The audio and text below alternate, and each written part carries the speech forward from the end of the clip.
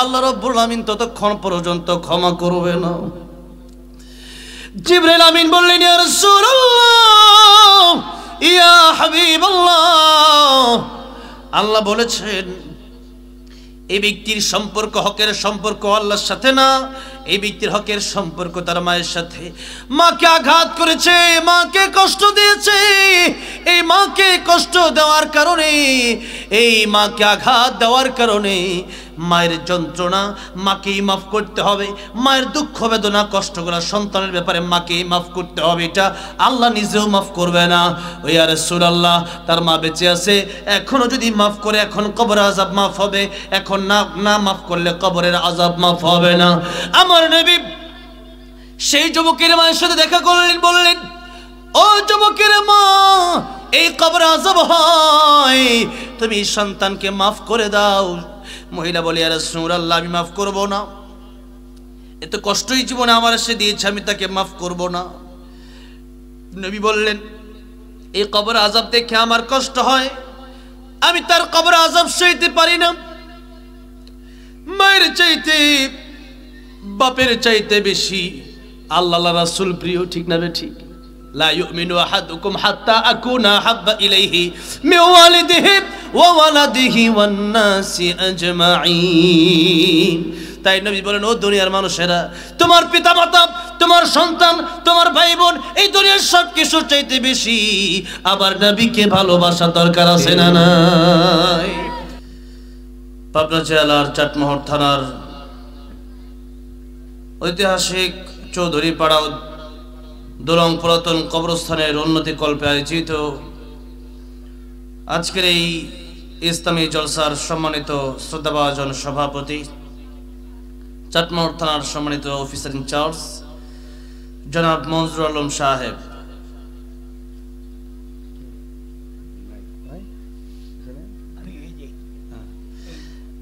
আমাদের সাথে আছেন আমার ডান পাশে অত্র প্রতিষ্ঠানের সম্মানিত সভাপতি। আমি না বললেও বসবে, মাহফিলের আধা ঘন্টা পরে দেখেন বসে কিনা, ঠিক আছে না? দোকানে মালামাল ঠিক থাকলে সবাই আসবে না, তো ইনশাল্লাহ এসে পড়বে, দেখবেন একটু পরে জায়গা হবে না এই প্যান্ডেলে। প্রতিদিন এরকম হয়, এই বক্তা আসলে পরে গিয়ে আস্তে আস্তে ধীরে মানুষ আসে। কালকে রংপুর মাহফিল ছিল, তো যিনি দাওয়াত দিয়েছে বলতেছে, তো কি করি, মানুষ কই, তারপরে দেখলাম শেষ মেশে জায়গা আর হয় না, তো ইনশাল্লাহ চলে আসবে আস্তে আস্তে সবাই, ইনশাল্লাহ আস্তে আস্তে প্যান্ডেলের ভিতরে চলে আসেন। এটা জান্নাতের বাগান, যতক্ষণ থাকবেন আল্লাহর রহমত নাজিল হবে। আমার ডান পাশে বসা আছেন আজকের সম্মানিত সভাপতি এবং অত্র প্রতিষ্ঠানের সম্মানিত সভাপতি জনাব আলহাজ কে এম লুৎফর রহমান সাহেব। আল্লাহ রাব্বুল আলামিন কে এম লুৎফর রহমান সাহেবের দীর্ঘ নেক হায়াত দারাজ করেন, পড়েন আমিন। প্রধান অতিথি চাটমোহর পাবনার সম্মানিত উপজেলার নির্বাহী অফিসার জনাব মৌসা নাসির চৌধুরী সাহেব, আল্লাহ রাব্বুল আলামিন ওনাকে ইসলামের জন্য কবুল করেন। আমার পূর্বে অত্যন্ত গুরুত্বপূর্ণ তাকরীর পেশ করেছেন, গুরুত্বপূর্ণ কোরআন সুন্নাহ ভিত্তিক কথা বলেছেন। আমার অত্যন্ত কাছের, আমার হৃদয়ের, আমার প্রিয় ভাই, আপনাদের এই পাবনার, আপনাদের অত্যন্ত কাছের মানুষ, পরিচিত মানুষ, হাফেজ মাওলানা মিজানুর রহমান রহমানী দামাত বারাকাতুহুম। অত্যন্ত সুন্দর আলোচনা তিনি করেন। আমি পূর্বে এত আলোচনা ওনার শুনিনি, কথা হতো, কিন্তু আজকে আলোচনাটা শুনে আমার মন ভরে গেছে। আমার ভাইকে আল্লাহ রাব্বুল আলামিন আমার ভাইয়ের ইলমে আমলে আল্লাহ বারাকা দান করেন, আর আমার ভাইকে আল্লাহ পাক বিশ্বময় কবুল আর মঞ্জুর করেন, পড়েন আমিন। আলোচনা রেখেছেন মুফতি আনোয়ার হোসেন সাহেব এবং অন্যান্য উলামায়ে কেরামগণ। উপস্থিত বিশেষ অতিথিবৃন্দ, মুআজ্জাজ মুকাররম উলামায়ে কেরাম, তালিবুল ইলম ভাইরা, প্রাণপ্রিয় যুবক ভাইরা, স্কুল কলেজ ইউনিভার্সিটির ছাত্র ভাইরা, আল্লাহর পিয়ারা সাদা সাদা দাড়ি পাকা মুরব্বী বাবাজিরা, পর্দার অন্তরে বসে আছেন শ্রদ্ধা সম্মানিত মা ও বোনেরা, আল্লাহ সুবহান মহিয়ান গরিয়ান রব্বুল ইজ্জত ওয়াল জালালের আলিশান দরবারে হৃদয়ের গভীর থেকে প্রাণ খুলে শুকরিয়া আদায় করছি যে মহান রব্বুল ইজ্জত ওয়াল জালাল আমাদেরকে অত্যন্ত দয়া করে, মায়া করে, ভালোবেসে আজকের এই সুন্দর জান্নাতের বাগানে আসার বসার তৌফিক দান করেছেন। আল্লাহর নবী বলেন, আবু যর তুমি যদি এক একটা আয়াত কোরআনের বোঝার চেষ্টা করো, আল্লাহ রাব্বুল আলামিন তোমাকে 100 রাকাত নামাজ, নফল নামাজ পড়লে যে সওয়াব হতো তার চেয়ে বেশি সওয়াব আল্লাহ তোমার আমলনামায় দান করে দেবেন। পড়েন সুবহানাল্লাহ। তাহলে প্রতিদিন কি 100 রাকাত নামাজ আমরা পড়ি? পারি পড়তে? আমরা পারি? আমাদের ধৈর্যে কোলায় না। তো সেজন্য নামাজ আমরা পড়বো, নামাজ তো পড়তেই হবে, ঠিক না? নফল নামাজও পড়তে হবে। কিয়ামতের ময়দানে ফরজের ঘাটতি থাকলে সেটা নফল দিয়ে সেটা পূর্ণ করে দেওয়া হবে। কিন্তু প্রতিদিন যেহেতু আমরা 100 রাকাত পড়তে পারি না, আজকের এই মাহফিল যারা আয়োজন করেছে তাদের উসিলায়, তাদের মাধ্যমে আজকের এই মাহফিল আমরা পেয়েছি। এক একটা আয়াত বোঝার চেষ্টা করবেন, শোনার চেষ্টা করবেন, 100 রাকাত নফল নামাজের চেয়ে বেশি সওয়াব হবে। সুবহানাল্লাহ। তাহলে আজকের মাহফিল আসাতে লাভ না ক্ষতি? কম লাভ না বেশি লাভ? বেশি লাভ। সেজন্য খুশির আওয়াজ দিয়ে আল্লাহর মহব্বত অন্তরে রেখে সকলেই পড়ছি আলহামদুলিল্লাহ। আপনারা প্যান্ডেলটার 2 ভাগের 1 ভাগ হয়েছে, আর 3 ভাগ না হয় একটু পরেই হবে ইনশাআল্লাহ, বাকি 2 ভাগ। তো আপনারা এরপরও কেন আওয়াজটা কম দিবেন? আওয়াজটা বাড়ায় দিবেন। আল্লাহর প্রেম মহব্বত ইমানদারের অন্তরে কম না বেশি?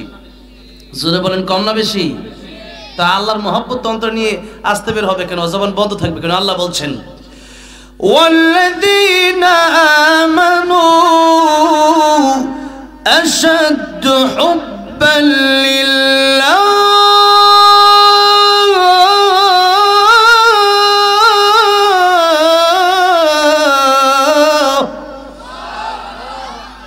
ইমানদারদের অন্তরে সবচেয়ে বেশি মহব্বত ভালোবাসা কার থাকবে?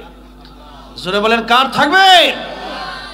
পয়গম্বর ইব্রাহিম খলিলুল্লাহ, ওনাকে যখন আগুনের ভিতরে ফেলে দেওয়া হবে, জিবরাইল আমিন এসে বললেন, পয়গম্বর ইব্রাহিম আপনি আমারে বলেন আমি আপনার আগুন থেকে বাঁচাই দেই। পয়গম্বর ইব্রাহিম বললেন, জিবরাইল তুমি কেন আমার আগুন থেকে বাঁচাবা? যে আল্লাহরে আমি ভালোবাসি, যে আল্লাহর প্রতি আমি ঈমান আনলাম, যে আল্লাহর ইবাদত আমি ইব্রাহিম করি, সে আল্লাহ কি অন্ধ? সে আল্লাহ কি চোখে দেখে না? আমার আল্লাহ রাব্বুল আমিন যদি চোখে দেখে থাকেন, আর আমি ইব্রাহিম যদি ওই আগুনের ভিতরে জ্বলি, আমার আল্লাহ যদি আগুনে জ্বলার কারণে খুশি হয়ে যায়, আমি ইব্রাহিম 1 বার 2 বার নয়, আমি ইব্রাহিম আল্লাহর খুশির জন্য 1000 বার আগুনের ভিতরে জ্বলতে রাজি আছি। তাহলে ইব্রাহিম আলাইহিস সালাম বুঝাই দিলেন যে আমার অন্তরে সবচেয়ে বেশি মহব্বত কার? জোরে বলেন, কার? আল্লাহর। আমাদের এখানে আসা কার জন্য? কার জন্য? আল্লাহর জন্য। জীবন মরণ সবই হতে হবে কার জন্য? আল্লাহ নবীকে বললেন, নবী আপনি বলেন, কুল ইন্না সলাতি ওয়া নুসুকি ওয়া মাহইয়ায়া ওয়া মামাতি লিল্লাহি রাব্বিল আলামিন। নিশ্চয়ই আমার নামাজ, আমার কুরবানি, আমার জীবন, আমার মরণ সব হবে কার জন্য? আল্লাহর জন্য হতে হবে। বাঁচলেও আল্লাহর জন্য বাঁচবো, মরলেও আল্লাহর জন্যই মরবো। তাহলে কোনো টেনশন নেই। মরার পরে জান্নাত দিবেন কে? আল্লাহর জন্য বাঁচতে পারলে মরলেও আল্লাহর জন্য জান্নাত আল্লাহ দিয়ে দিবেন। আর এই জীবনটা তো আল্লাহই দিলেন, তাহলে বাঁচতেও হবে কার জন্য? আবার মৃত্যুর সময় মরতেও হবে আল্লাহর জন্য, দুনিয়ার কোনো তাগুতের জন্য নয়।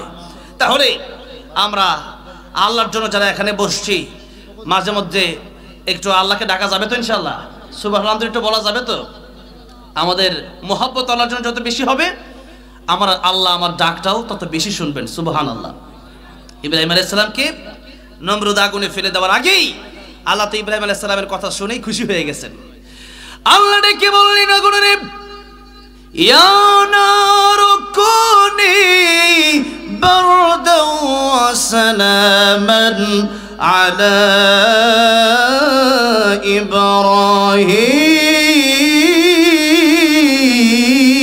ইব্রাহিম।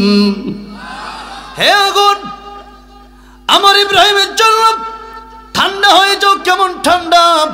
বারদাও ওয়া সালামান, আরামদায়ক ঠান্ডা হয়ে যাও। বেশি শীত পড়লে পরে কম্বল দিয়েও শীতে কাজ হয় না, বেশি ঠান্ডা হলেও ক্ষতি। এত ঠান্ডা হওয়া যাবে না যে ঠান্ডা হলে আমার ইব্রাহিমের কষ্ট হয়ে যাবে, এত ঠান্ডা হওয়া যাবে না। এমন ঠান্ডা হও যে ঠান্ডা পেলে ইব্রাহিম আলাইহিস সালামের মনটা বড় খুশি হয়ে যাবে, আমার ইব্রাহিম খুশি হয়ে যাবে, আমার ইব্রাহিম শান্তিতে থাকবে। আমার আল্লাহ বলার সাথে সাথে আগুন এমন শান্তিদায়ক হয়ে গেল ইব্রাহিম আলাইহিস সালামের জন্য। 40টা দিন ইব্রাহিম আলাইহিস সালাম শেখে এসে আগুনের ভিতরে ছিলেন। এই দুনিয়া থেকে চলে যাওয়ার আগে পয়গম্বর ইব্রাহিম ডেকে বললেন, দুনিয়ার মানুষেরা রে, এই আগুনের ভিতরে আমি ইব্রাহিম আলাইহিস সালাম, আমি ইব্রাহিম 40 দিন ছিলাম। দুনিয়াতে যত জায়গায় গিয়েছি, যত শান্তি পেয়েছি, এই আগুনের চাইতে বেশি শান্তি আমি ইব্রাহিম কোথাও পাই নাই। আল্লাহু আকবার। তাহলে যে ইব্রাহিম আলাইহিস সালামের জন্য আগুনকে আল্লাহ ফুলের বাগান বানায় দিলেন, সেই আল্লাহ এখনো আছে না নাই? আছে না নাই? সে আল্লাহর শক্তি মনে হয় একটু কমে গেছে, নাকি আছে? সে আল্লাহর শক্তি ঠিকই আছে, কিন্তু আমরা ডাকার মতো ডাকতে পারি? আমরা আল্লাহকে সেই ঈমান নিয়ে ডাকতে পারি না, সেই বিশ্বাস নিয়ে আমরা আল্লাহকে ডাকতে পারি না।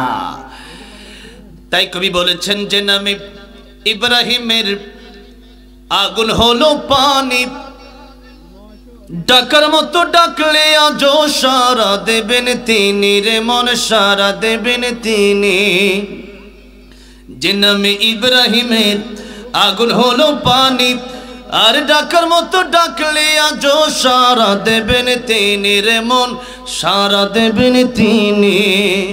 ও মধুর নামটি মিটায় হতাশার জ্বালা, গলেতে পরো ও নামের মালা, ও নামের তুলনা হবে না, হবে না, তুলনা নাই নাই নাই, তুলনা নাই নাই নাই। এসো না আল্লাহর নামে গান গাই, এসো না মন প্রাণ জোড়াই, এসো না মন প্রাণ জোড়াই। আল্লাহু আকবার বলেন, আল্লাহু আকবার, জোরে সরে আল্লাহু আকবার বলেন, জবান ছেড়ে দিতে হবে। আল্লাহু আকবার বলেন, আল্লাহু আকবার, আল্লাহু আকবার জোরে।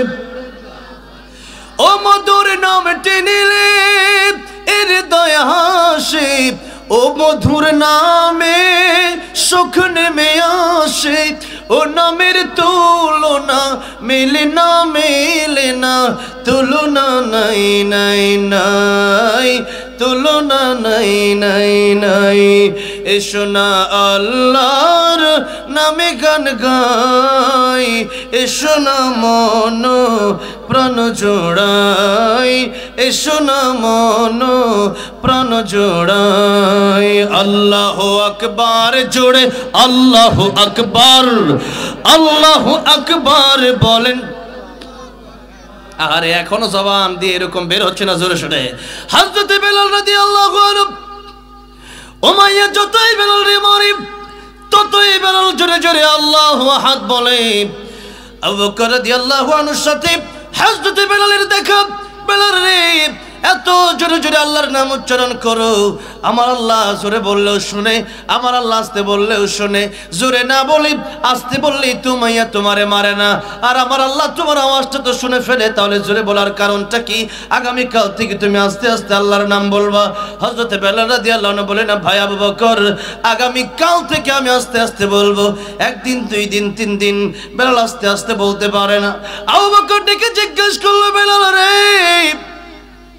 প্রতিদিন তোমার আমি বলি আল্লাহর নাম আস্তে আস্তে বলার জন্য, এরপরেও তুমি কেন জোরে জোরে বলো? হযরত বেলাল ডেকে বললেন, আবু বকর রে, আল্লাহর নাম আস্তে বললে শান্তি পাই না, আল্লাহর নাম যত বেশি জোরে বলি তত বেশি হৃদয়ে শান্তি পাই। উমাইয়ার দুঃখ যন্ত্রণা আমি বেলাল আল্লাহর নাম জপার কারণে ভুলে যাই। জোরে বলা যাবে না সুবহানাল্লাহ? তাহলে আল্লাহর নাম মুমিন যখন উচ্চারণ করবে, তখন মুমিন আল্লাহর মহব্বত নিয়ে জোরে সোরে উচ্চারণ করবে। যত বেশি ঈমান তত বেশি আল্লাহর নাম উচ্চারণ করবে, যত বেশি ঈমান তত বেশি মহব্বত থাকবে কার? জোরে বলেন কার? আল্লাহর। তাই মাঝে মধ্যে একটু আলহামদুলিল্লাহ বললে, সুবহানাল্লাহ বললে, আস্তে বলবেন না জোরে বলবেন? তাহলে একটু জোরে বলেন আলহামদুলিল্লাহ। সূরাতুল মুলক, সূরাতুল মুলক 30 খানা আয়াত। এই সূরা মুলক থেকে আমরা আলোচনা করব, বলি ইনশাআল্লাহ। মূল বিষয়টা হচ্ছে মানুষের জীবন এবং মরণ, মানুষের জীবন এবং মরণ। জীবন আর মরণ ছাড়া কিছু আছে? জীবনও আছে। তাহলে জীবন যেহেতু আছে, মরণও, কুল্লু নাফসিন যায়িকাতুল মাউত, যেহেতু জীবন আছে মরণও আছে। আল্লাহ বলেন যার জীবন আছে তারই মরণ আছে, খালি একজন ছাড়া। তিনি কে? জোরে বলেন কে? আল্লাহ ছাড়া। আল্লাহ সূরা রহমানে বলেন কুল্লু মান আলাইহা ফান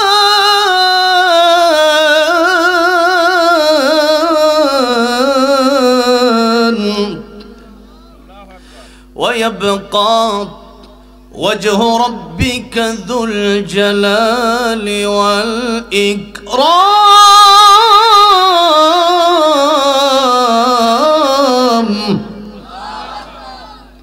আল্লাহ বলেন পৃথিবীর সব ধ্বংস হয়ে যাবে, একজন বাকি থাকবেন, একজনের কোনো মরণ নাই। তিনি কে? সম্মান এবং মর্যাদার অধিকারী আল্লাহ রাব্বুল আলামিন ছাড়া কেউ বেঁচে থাকার অধিকার নাই। এমনকি মালাকুল মউত আজরাইল, মালাকুল মউত আজরাইলেরও মরণ হয়ে যাবে। এই পৃথিবীর সবাই যখন মরে যাবে, সবার যখন জান কবজ করা শেষ হয়ে যাবে, আল্লাহ বলবেন মালাকুল মউত, আর কে বাকি আছে? মালাকুল মউত বলবে আল্লাহ তুমি আর আমি। আল্লাহ বলবেন মউত, ইয়া মালাকুল মউত, ও মালাকুল মউত এবার তুমিও মরে যাও। মালাকুল মউত নিজের ব্যাপারটা যখন শুনবেন, নিজের রূহ কবজের ব্যাপারে যখন শুনবেন, মালাকুল মউত চিন্তায় পড়ে যাবে, এ দুনিয়ার কত মানুষের জান কত কষ্ট দিয়ে আমি কবজ করেছি। কত মানুষের জান কবজের সময় মানুষ প্রস্রাব পায়খানা পর্যন্ত করে দেয়। একজন ফাসিক, ফুজ্জার, পাপী, কাফিরের জান যখন মালাকুল মউত কবজ করে, মালাকুল মউত যখন বের করে, একজন ফাসিক, ফুজ্জার, কাফিরের রূহটা যখন বের করা হয়, রূহ আসতে চায় না। কারণ রূহ আসবে কেন? সারা জীবন অন্যায় করেছে, পাপ করেছে, পাপিষ্ট। এখন তার রূহ বের হতে চায় না। এমনি আল্লাহর নবী বলেন একটা জীবন্ত বকরির চামড়া টেনে ছিঁড়লে যতটা কষ্ট হয়, তার চেয়ে বেশি কষ্ট হয় একজন পাপিষ্টের জান কবজের সময়। এত কষ্ট দিয়ে মালাকুল মউত মানুষকে মারে। সেই মালাকুল মউতের নিজের জান কবজ করার জন্য যখন বলা হবে মালাকুল মউত, তখন একটা চিৎকার মারবে। এমন জন একটা চিৎকার মারবে মালাকুল মউত। এই চিৎকারের কারণে, এই চিৎকারটা দুনিয়ার কোনো মানুষ, দুনিয়ার কোনো প্রাণী যদি সেদিন শুনতো, দুনিয়ার কোনো মানুষ, দুনিয়ার কোনো প্রাণী আর বাঁচতে পারতো না। এত জোরে একটা চিৎকার মারবে, মালাকুল মউতের মরণ হয়ে যাবে।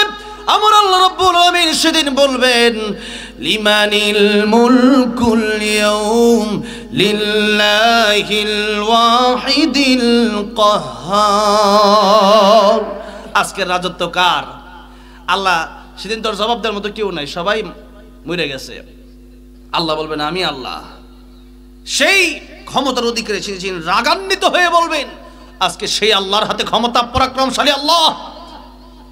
তিনি সেদিন রাগান্বিত হয়ে বলবেন ও পৃথিবীর বড় বড় পাহাড় তোমরা কোথায়?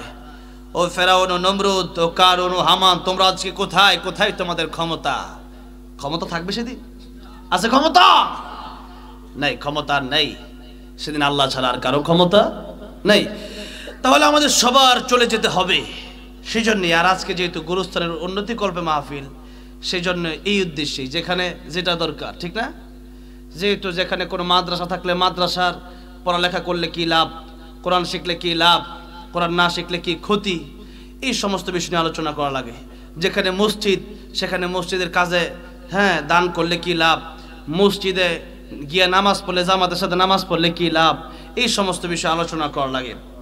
আজকে যেহেতু গুরুস্থানের উদ্যোগে উন্নতি করবে মাহফিল, সেই জন্য আজকে আমরা কবর জগৎ এবং পরকালে কিভাবে আমরা নেক আমল নিয়ে জান্নাতে যেতে পারি সেই বিষয় নিয়ে আজকে আমরা আলোচনা করব। বলি ইনশাআল্লাহ। আল্লাহ নবী বলেছেন আল কাইসু মান দানা নাফসাহু ওয়া আমিলা লিমা বাদাল মাউত। প্রকৃত জ্ঞানী ওই ব্যক্তি যে ব্যক্তি তার নিজেকে নিয়ে চিন্তা করে আর পরকালের জন্য সে ব্যক্তি আমল করে নেয়। আর যে ব্যক্তি চিন্তা করে না সে প্রকৃত জ্ঞানীও না। জ্ঞানী এখন বেশি না কম? আসল জ্ঞানী খুব কম। যারা জান্নাতে যেতে চায় এরা হচ্ছে প্রকৃত জ্ঞানী। এই মাহফিল আজকে হচ্ছে এলাকায় হাজার হাজার লোক, এই শহরের মানুষ, গ্রামে তার চেয়ে বেশি লোক হয়। তো এখানে এই শহরে একবারে মিডিল পয়েন্টে একটা প্রোগ্রাম, এরপর লোক কম, কম হোক আর বেশি হোক, আল্লাহ বলেছেন ইমানদার যদি হতে পারো। বদরের কাফেলা যে ইমানদার ছিল 313 জন, হাজার কাফেরও 313 জনের সাথে পারে নাই। সেই জন্য সেরকম ইমানদার যদি হতে পারো তাহলে তোমরা সফল, তোমাদের কোনো টেনশন নাই, দুনিয়াতেও না আখিরাতেও না। কে বলেছেন? আল্লাহ বলেছেন ওয়ালা তাহিনু ওয়ালা তাহজানু ওয়া আনতুমুল আ'লাউনা ইন কুনতুম মুমিনিন।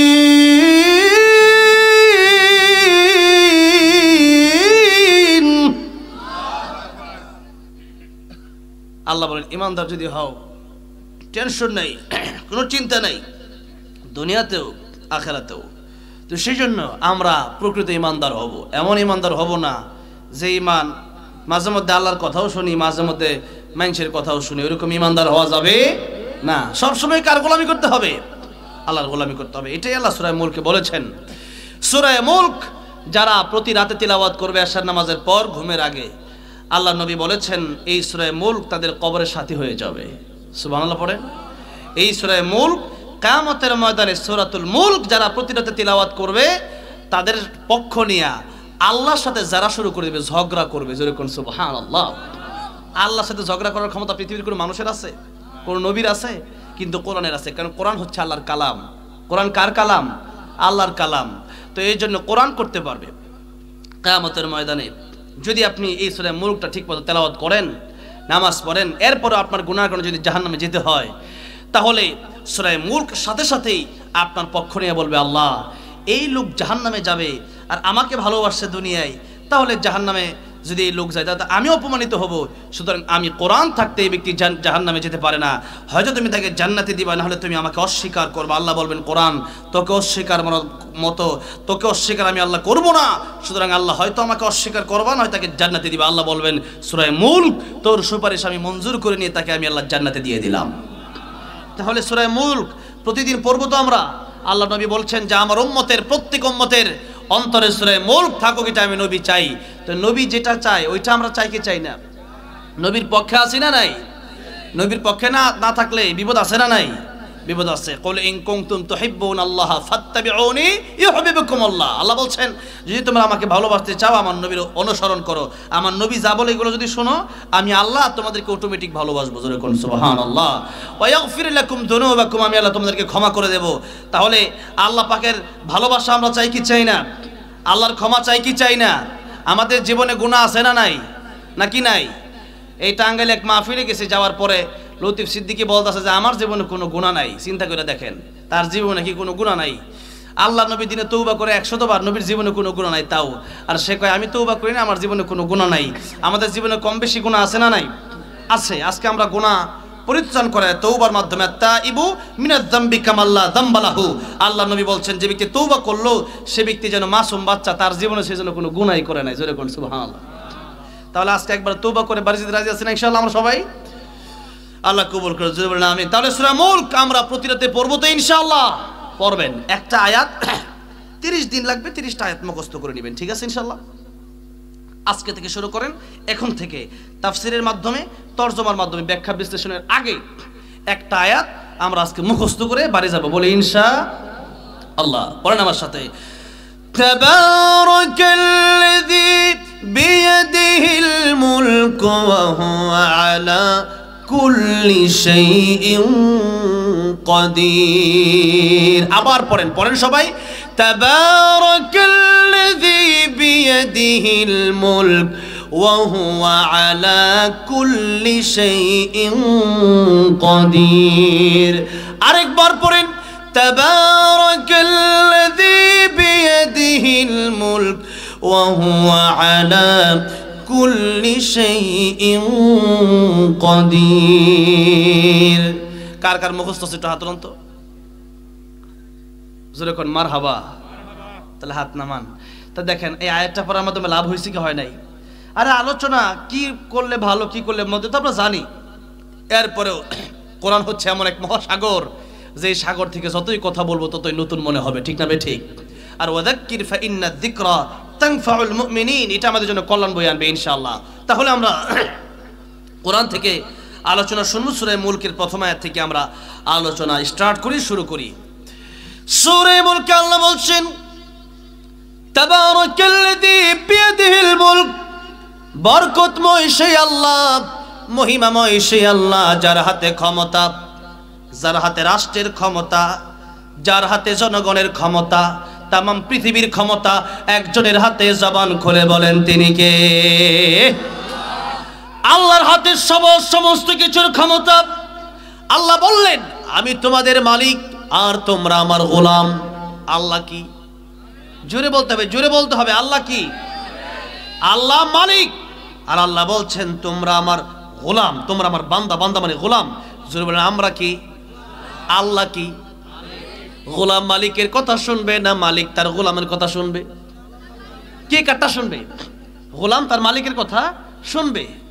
গোলাম যদি তার মালিকের কথা শুনতে পারে, গোলাম যদি তার মালিকের কথা যদি মেনে চলে, মালিক খুশি হয়ে তার বেতন দেয়। দুনিয়াতে ফ্যাক্টরিতে বেতন দেয়, কলকারখানায় বেতন দেয়, চাকরি করলে বেতন দেয়, দোকানে চাকরি করলে সেখানে মালিক তাকে বেতন দেয়।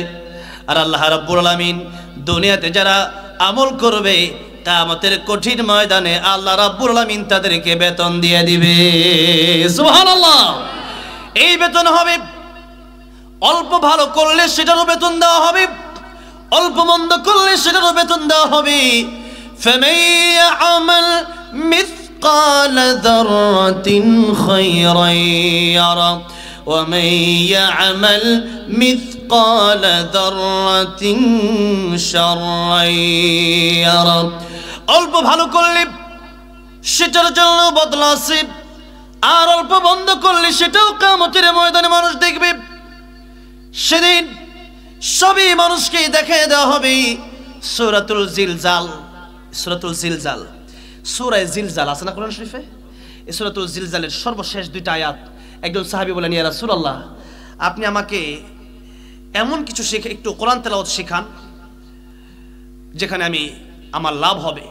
তো নবী বললেন, তুমি আলিফ লাম রা, কোরআন শরীফে কিছু সূরা আছে, এই তিনটা সূরা এমন পড়বা যেই সূরা শুরুতে আলিফ লাম রা আছে।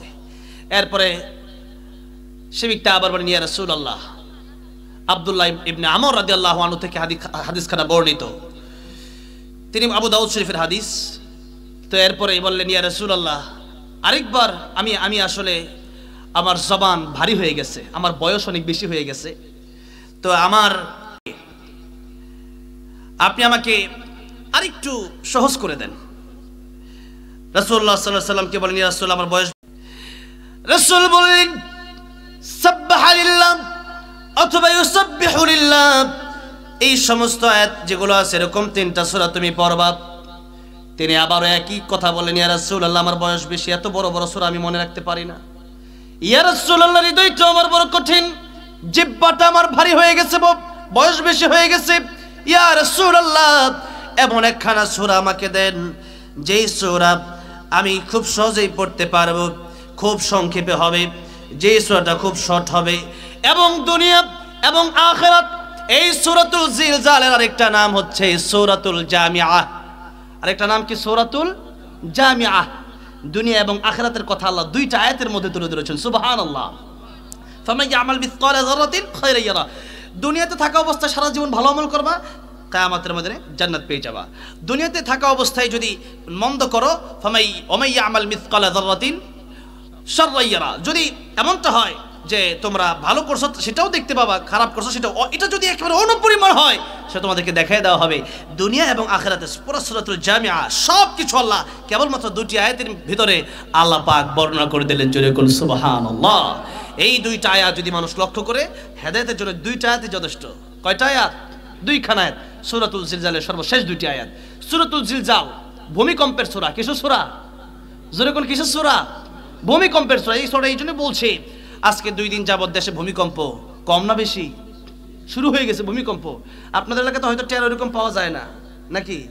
পরশুদিন টের পাওয়া যায় না ভূমিকম্পের? আল্লাহ, এমন ভূমিকম্পে ভূমিকম্প হওয়ার পর থেকে একটু ইমানটা তাজা হয়েছে না একটু, যে আল্লাহ কোন মনে মরে যেতাম, এখন তো বাইচা রয়েছে। তো যাই হোক, এই যে ভূমিকম্প, এই সূরার নাম হচ্ছে ভূমিকম্প। আল্লাহ বলছেন ইদা জুলজিলাতিল আরদু জিলজালাহা, যখন এই পৃথিবী প্রকম্পিত হবে, আল্লাহ পাক যখন পৃথিবীকে কাঁপায় তুলবেন, তো সেই ভূমিকম্পটা সেটা তো এখনো আমরা দেখি নাই। ও আখরাজাতিল আরদু আথকালাহা, জমিন তার সব বোঝা বের করে দেবে। ক্বালাল ইনসানু মা লাহা, মানুষ বলতে কি হইল, তার কি হলো, সেই কথাই তো পরশুদিন মানুষ বলছে। গতকালও ঢাকায় ভূমিকম্প হয়েছে। ভূমিকম্প আসার উল্লেখযোগ্য 4টা গুনাহ আছে। নবী বলেছেন এই 4টা গুনাহ করলে ভূমিকম্প বাড়ে। জোরে বলেন কয়টা গুনাহ? এই 4টা গুনাহ আমরা করব না, এবং যদি কাউকে দেখি তাকে করতেও দেব না। 1 নম্বরে গুনাহর নাম, আল্লাহর নবী বললেন মাদকের ছড়াছড়ি বেড়ে গেলে, মদ্যপানের ছড়াছড়ি বেশি বেড়ে গেলে দুনিয়ায় ভূমিকম্প হবে। কিসের ছড়াছড়ি? মাদক। যেমন কিসের? মাদক। সমাজে কম না বেশি? অভাব নাই। তাহলে ভূমিকম্প আসবে না, কি আসবে? আল্লাহর রহমত নাজিল হবে। 2 নম্বর নবী বললেন জিনা, ব্যভিচার। জিনা ব্যভিচারের কারণে পৃথিবীতে ভূমিকম্প হয়। 3 নম্বর নবীজি বললেন নর্তকীর নাচানাচির, অশ্লীল নাচানাচির কারণে ভূমিকম্প আসে। 4 নম্বর নবী বলেন গান বাজনা। গান বাজনা যারা করে, ডিজে কনসার্ট যারা করে, তাদের কারণে এই পৃথিবীতে ভূমিকম্প হয়। তাহলে ভূমিকম্পটা যখন হয় শুধু কি তাদের ঘরেই, তাদের বিল্ডিংয়ে হয়, নাকি আমাদের কাছেও আসে ভূমিকম্প? পুরো দুনিয়াতে হয়, ঠিক না? ঠিক। তাহলে আমরা তো করবোই না। যারা এই 4টা কাজ করবে তাদেরকে আমরা করতেও দেব না, বলে ইনশাআল্লাহ। আসুন, যে কথা বলছিলাম, মালিক কে? যে বলে মালিক কে? আল্লাহ। আর আমরা কি? গোলাম। গোলাম তার মালিকের কথা শুনবে, এটাই হচ্ছে গোলামি। আর যারা সত্যিকারের গোলাম হয়ে যাবে কিয়ামতের ময়দানে আল্লাহ রাব্বুল আলামিন তাদেরকে গোলাম বলে ডেকে তাদেরকে জান্নাতে দিয়ে দিবেন। সুবহানাল্লাহ।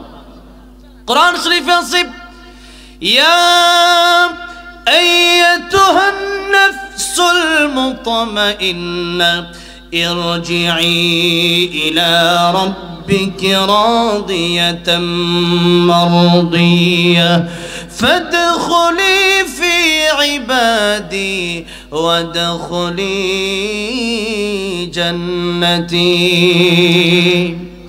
فادخلي في عبادي। আল্লাহ বলবেন আমার গোলামদের অন্তর্ভুক্ত হও। কিসের অন্তর্ভুক্ত হও? গোলাম। প্রকৃত গোলাম যারা ছিল, যারা আল্লাহকে সিজদা দিচ্ছে, দিনে 5 ওয়াক্ত নামাজে গিয়ে আল্লাহর সিজদা দিচ্ছে, এরা হচ্ছে প্রকৃত গোলাম।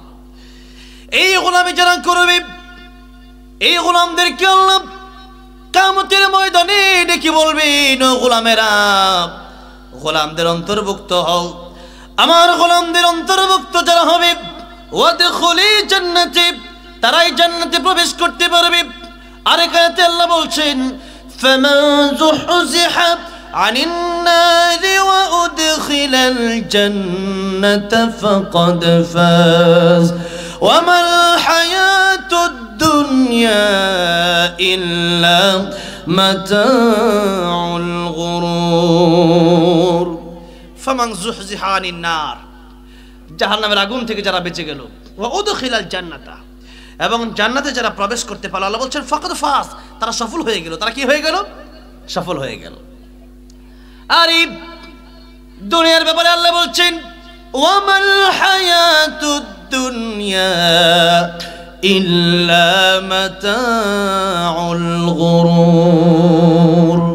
দুনিয়াটা নিছক ধোঁকা ছাড়া কিছু না। এই বাড়ি ঘর এগুলা কি আমাদের সাথে যাবে নাকি? টাকা পয়সা যাবে? আল্লাহর নবী বলছেন তোমার 3 জন ভাই আছে, একজন ভাইয়ের নাম আত্মীয় স্বজন, আরেকজন ভাইয়ের নাম ধন সম্পদ, আরেকজন ভাইয়ের নাম হচ্ছে নেক আমল। এই 3 ভাইয়ের মধ্যে কবরে তোমার সাথে আত্মীয় স্বজন যাবে না, কবরে তোমার সাথে তোমার ধন সম্পদ যাবে না, কবরে তোমার সাথে যাবে শুধুমাত্র একটা ভাই, ভাইয়ের নাম হচ্ছে নেক আমল। কি আমল?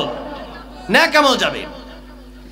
এই জন্য আত্মীয় স্বজন যাদের কারণে হারাম খাচ্ছেন, হারাম, একদিন আপনি হারামের কারণে কবরে আযাবে পতিত হবেন, কবরে আযাবে পড়ে যাবেন। কিন্তু আপনার সন্তানেরা, দুনিয়ার মানুষেরা একদিন হয়তো আপনারা ভুলে যাবে। এই দুনিয়ার মানুষ একদিন, 2 দিন, 3 দিন, 1 মাস পরে সাধারণত নিজের আপন বাবা মার কবর, অনেক মানুষ আছে বছরকে বছর ঠিকভাবে জিয়ারত পর্যন্ত করতে যায় না। সুতরাং হালাল যদি কামাতে পারেন ঠিক আছে, হারাম, যে হারাম পরিবারের জন্য আপনি কামায়ে যাবেন, সেই হারাম কিন্তু আপনাকে কিয়ামতের ময়দানে সাপ ওই হারামটা আপনাকে কামড়াবে। কিন্তু দুনিয়ার মানুষ আপনার টাকায় খুব আনন্দ ফুর্তি করবে, ঠিক না? পালসার নিয়ে হয়তো আপনার পোলা ঘুরতে পারে, কিন্তু হারাম কামানোর এই পাপের কারণে, এই গুনার কারণে কবরে কিন্তু আযাবটা আপনারই ভোগ করতে হবে, ঠিক না? হালাল হারাম না মানিয়া কত টাকা করছো কামাই, এত টাকা রাখবা কোথায়, কাফনের তো পকেটে নাই, ঠিক না বেঠে? টাকা পয়সা লইয়া কি কেউ কবরে গেছে? ওরে মানুষ হইছ বেহুশ দুনিয়ার পিছে, ওরে মানুষ হইছ বেহুশ দুনিয়ার পিছে, কি জবাব দিবি রে তুই আল্লাহর কাছে, কি জবাব দিবি রে তুই আল্লাহর কাছে, ঠিক না ঠিক? রাতে দিনে দৌড়াদৌড়ি, বিশ্রামের সুযোগটা নেই, নামাজ রোজা দূরের কথা, আল্লাহর নামটাও মুখে নাই, ঠিক না? সারাদিন সুবহানাল্লাহ পড়ার সময় নাই, নামাজ পড়ার সময় নাই, কিন্তু নিজের মানে আড্ডা দেওয়ার সময় অনেক আছে, লুডো খেলার সময় আছে, তাস খেলার সময় আছে, কিন্তু আল্লাহর নাম মুখে নেওয়ার সময়। রাতে দিনে দৌড়া দৌড়ি, বিশ্রামের সুযোগটা নাই, নামাজ রোজা দূরের কথা, আল্লাহর নামটা মুখে নেই। মরণকালে টাকা কি কারো সঙ্গেতে গেছে, কি জবাব দিবি রে তুই আল্লাহর কাছে? ওরে মানুষ হইছ বেহুশ দুনিয়ার পিছে, ওরে মানুষ হইছ বেহুশ দুনিয়ার পিছে, কি জবাব দিবি রে তুই আল্লাহর কাছে, কি জবাব দিবি রে তুই আল্লাহর কাছে, ঠিক না ঠিক? এই জন্য হাদিস শরীফের ভিতরে আল্লাহর নবী বলেন, ইদা মাতাল ইনসান ইনকাতা আনহু আমালুহু, মানুষ যখন মরে যায় আর আমল করতে পারে না, তিনটা আমল মানুষের থেকে যায়। জোরে বলেন কয়টা আমল? তিনটা আমল মানুষের থেকে যায়। এক নাম্বার আমলের নাম হলো সদকায়ে জারিয়া। জোরে বলেন এক নাম্বার আমলের নাম কি? এক নাম্বার আমলের নাম হচ্ছে সদকায়ে জারিয়া। মাদ্রাসায় দান করা, মসজিদে দান করা, কবরস্থানে দান করা। এই কবরস্থানে আপনি দান করলেন, এই কবরস্থানে যারা যাবে অনেক মানুষ জান্নাতে চলে যাবে। আর এই কবরস্থান আপনি টাকা পয়সা দিয়ে সহযোগিতা করেছিলেন, জনগণ উপকৃত হবে। সদকায়ে জারিয়া মানে হচ্ছে যেই দানটা করলে পরে এটা জারি থাকে। যেমন মসজিদে আপনি দান করছেন, আপনার টাকার ইট আছে, আপনার টাকার বালু সিমেন্ট আছে, আপনার টাকার রড আছে, আপনি আজকে কবরে চলে যাবেন, আজকে আপনার মরণ হয়ে যেতে পারে। আপনার মরণ হয়ে যাওয়ার সাথে সাথে আপনি আর আমল করতে পারবেন না। নামাজ আর পড়ার সুযোগ নাই, রোজা রাখার সুযোগ নাই, হজ করার সুযোগ নাই, যাকাত দেওয়ার সুযোগ নাই। কিন্তু মসজিদে যারা নামাজ পড়বে, এই নামাজের সওয়াব আল্লাহ রাব্বুল আমিন আপনার কবরে কিয়ামত পর্যন্ত পৌঁছাইতে থাকবে। আল্লাহু আকবার। তাহলে জীবনের সবচেয়ে বড় আমলের মধ্যে একটা হচ্ছে সদকায়ে জারিয়া করে যাওয়া। জোরে বলেন কি করে যাওয়া? সদকায়ে জারিয়া করে যাওয়া। অনেক বন্ধুরা আছেন, বিড়ি সিগারেট পান চা অনেক কিছু অনেককে খাওয়াই দেন, গায়ে লাগে না, কিন্তু দান করতে গেলে 10টা টাকাও পকেট থেকে বের হয় না। চিন্তা করে 10 টাকা তো মনে হয় এটা এমনি দিয়ে দিচ্ছি, এমনি না, আপনি দিলেই লাভ, না দিলে আপনার ক্ষতি। টাকা পয়সা যদি থাকে আপনি দিলে এটা আপনার জন্যই কল্যাণ। কারণ এই দুনিয়ার টাকা পয়সার যত ব্যাংক আছে, ডাচ বাংলা, এরপরে সোনালী ব্যাংক, রূপালী ব্যাংক, আলারাফা ব্যাংক, একটাও কিয়ামতের ময়দানে থাকবে না। থাকবে একটা ব্যাংক, সেটা হলো আল্লাহর ব্যাংক। সেই ব্যাংকের নাম কি? আল্লাহর ব্যাংক। সেই জন্য আল্লাহর ব্যাংক এটা হচ্ছে সদকায়ে জারিয়া, মানে হচ্ছে আল্লাহর ব্যাংকে রেখে গেলেন। এই সদকায়ে জারিয়া যারা করে যেতে পারে তারা বড়ই লাভবান। এই সদকায়ে জারিয়ার কারণে কিয়ামত পর্যন্ত কবরস্থান থাকবে, কিয়ামত পর্যন্ত মাদ্রাসা থাকবে, কিয়ামত পর্যন্ত মসজিদ থাকবে, কিয়ামত পর্যন্ত একটা টিউবওয়েল গেড়ে গেছে, ওই টিউবওয়েল থাকবে, একটা রাস্তা করে গেছে, কিয়ামত পর্যন্ত থাকবে। এই কাজগুলো যদি করে যেতে পারেন, তাহলে এই কাজের কারণে যতদিন এই কাজ চলমান থাকবে ততদিন আপনার কবরে সওয়াব পৌঁছাবে। 1 2 নাম্বার হচ্ছে আল্লাহর নবী বলেন, উত্তম কথা মানুষের সাথে বলো, নামাজ পড়ে নামাজের দাওয়াত দাও, কোরআন পড়ে না তাকে একটা কোরআন শিখায়া দাও, বাল্লিগু আন্নি ওয়ালাউ আয়া। সূরা ফাতিহা আপনি পারেন, একজন পারে না, ওইটাও আপনি শিখায়া দেন, নবীর হাদিস শরীফের উপর আমল হয়ে যাবে। তাহলে উত্তম কথা বলার কারণে একজন আপনার কারণে নামাজি হলো, সে ব্যক্তি আপনার কারণে নামাজি হওয়ার কারণে আপনি হয়তো আজকে দুনিয়া থেকে চলে যাবেন, সে ব্যক্তি আপনার কথার কারণে নামাজি হওয়ার কারণে সে ব্যক্তি নামাজ পড়ে যা সওয়াব পাবে তার এক ভাগ, তার সওয়াবকে ডবল করে একটা ভাগ সওয়াব আপনার কবরে আল্লাহ রাব্বি করতে পারো, আল্লাহ খুশি হয়ে তোমার জান্নাত দিয়ে দিবেন। আল্লাহু আকবার। আর মা বাবা যদি কষ্ট পেয়ে যায় তোমার জন্য জাহান্নামের গেট খুলে যাবে, সেজন্য মা বাবাকে খুশি করার দরকার আছে না নাই? আল্লাহ নবী দেখেন একটা কবরে আযাব হচ্ছে, কবরের আযাব আল্লাহ নবী দেখতেন। আল্লাহ নবী একদিন বললেন আমার মনে চায় আমি আমার উম্মতের জন্য দোয়া করি, আমার উম্মতকে যেন আল্লাহ কবরের আযাব দেখায়া দেয়। এবার আমার নবী ডেকে বললেন আমার সাহাবীরা রে, কিন্তু এরপরেও আমি আমার উম্মতের জন্য এই দোয়া করি না, তার কারণ হচ্ছে এই উম্মত যদি কবরের আযাব দেখে কবরের আযাব বরদাস্ত করতে পারবে না। এই উম্মত যদি কবরের আযাব দেখে তার বাবার লাশ নিয়ে কবরে যাবে না, মায়ের লাশ নিয়ে কবরে যাবে না, ভাইয়ের লাশ নিয়ে কবরে যাবে না, বোনের লাশ নিয়ে কবরে যাবে না।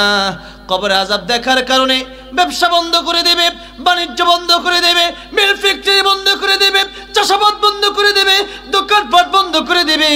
এর কারণ হচ্ছে কবরের আযাবের ভয়ে মানুষ পাগল পারা হয়ে যাবে। কবরের আযাব তো আমরা দেখি না তাই বুঝি না, কিন্তু কবরের আযাব দেখি না এর মানে কবরের আযাব হয় না বিষয়টা এমন নয়। একজন স্বপ্ন দেখছে আর একজন দেখে নাই, দুই বন্ধু একসাথে ঘুমাইছে, একজন স্বপ্ন দেখছে সিঙ্গাপুর গেছে, আরেকজন বন্ধু সেটা ডাক দিছে ফজর নামাজ পড়বি না, সে ডাক দেখো আমি সিঙ্গাপুর গেছিলাম, ওখান থেকে তুই এখানে আনলি কেন আমারে? সিঙ্গাপুর গেছি তুই আমার আনলি কি লিখে? কই সিঙ্গাপুর গেছ? কই স্বপ্নে। সে স্বপ্নে যে স্বপ্ন দেখছে সেই দেখছে, সাথে সাথে জন দেখে। মৃত্যুর সময় মালাকুল মউত চলে আসলে যার মরণ হয় সে ব্যক্তি দেখে, দুনিয়ার আর কোনো মানুষ আজরাইলকে দেখে না। আজরাইলকে আর কেউ দেখে? দেখে না। কবরের আযাব এটা সবার চোখে আল্লাহ দেখে না। আল্লাহর নবী বলেন দুনিয়ার মানুষের জন্য যদি আমি কবরের আযাব দেখার দোয়া করি আর তারা যদি কবরের আযাব আল্লাহ তাদেরকে দেখায় দেন, মানুষের দুনিয়ার নীতি, দুনিয়ার নিজাম, দুনিয়ার সব কিছু বন্ধ হয়ে যাবে, মানুষ পাগল পারা হয়ে যাবে, মানুষ চিন্তা করবে কবরে আমার উপায় কি হবে। এই জন্য মানুষ কবরে আযাব দেখে না, আল্লাহ দেখায় না, নবীও দোয়া করে নাই। কিন্তু আমার নবী তিনি তো কবরে আযাব দেখতে পারতেন। আল্লাহর নবী একদিন কবরে আযাব দেখার সাথে সাথে আল্লাহর কাছে দোয়া করেন, আল্লাহ এই কবর আযাব তুমি মাফ করে দাও। একবার দোয়া করলেন নবী। আমার নবীর দোয়া এই পৃথিবীর শ্রেষ্ঠের শ্রেষ্ঠ যিনি, সেই নবীর দোয়া কবুল হইতে কি দেরি হয় নাকি? দেরি হয়? আল্লাহ হচ্ছেন যত জায়গার জন্য রব। আল্লাহ কয় আলহামদুলিল্লাহি রাব্বিল, আলহামদুলিল্লাহি রাব্বিল আলামিন। এই একটা শব্দ ব্যবহার করে নবীর ব্যাপারেও আল্লাহ বলছেন ওয়ামা আরসালনাকা ইল্লা রাহমাতাল লিল আলামিন। রাহমাতুল লিল আলামিন নবী কোরআনে প্রমাণ,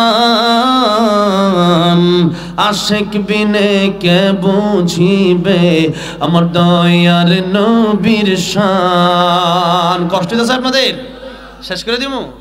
তাহলে একটু মাঝে মধ্যে যদি এমনি তো আপনারা হাঁপায় হাঁপায় আসেন, ঘুমে ধরতেছে মনে হয়, তাহলে একটু যদি ঘুমটা ভাঙানোর জন্য মাঝে নবীর প্রেমে যদি গাইতে হয়, গাওয়া যাবে না ইনশাআল্লাহ? বলেন একটু আমার সাথে, রাহমাতুল লিল আলামিন নবী, রাহমাতুল লিল আলামিন নবী কোরআনে প্রমাণ, আশিক বিনে কে বুঝিবে আমার দয়ার নবীর শান। বলেন না, আশিক বিনে কে বুঝিবে। নবীর গান গাওয়ার সময় অনেক জোরে জোরে মানুষ যখন একজন মারামারি লাগে করে দেয় তখন খুব জোরে জোরে, নবীর প্রেমে একটু গাইতে একটু জোরে জোরে গাওয়া যায় ইনশাআল্লাহ?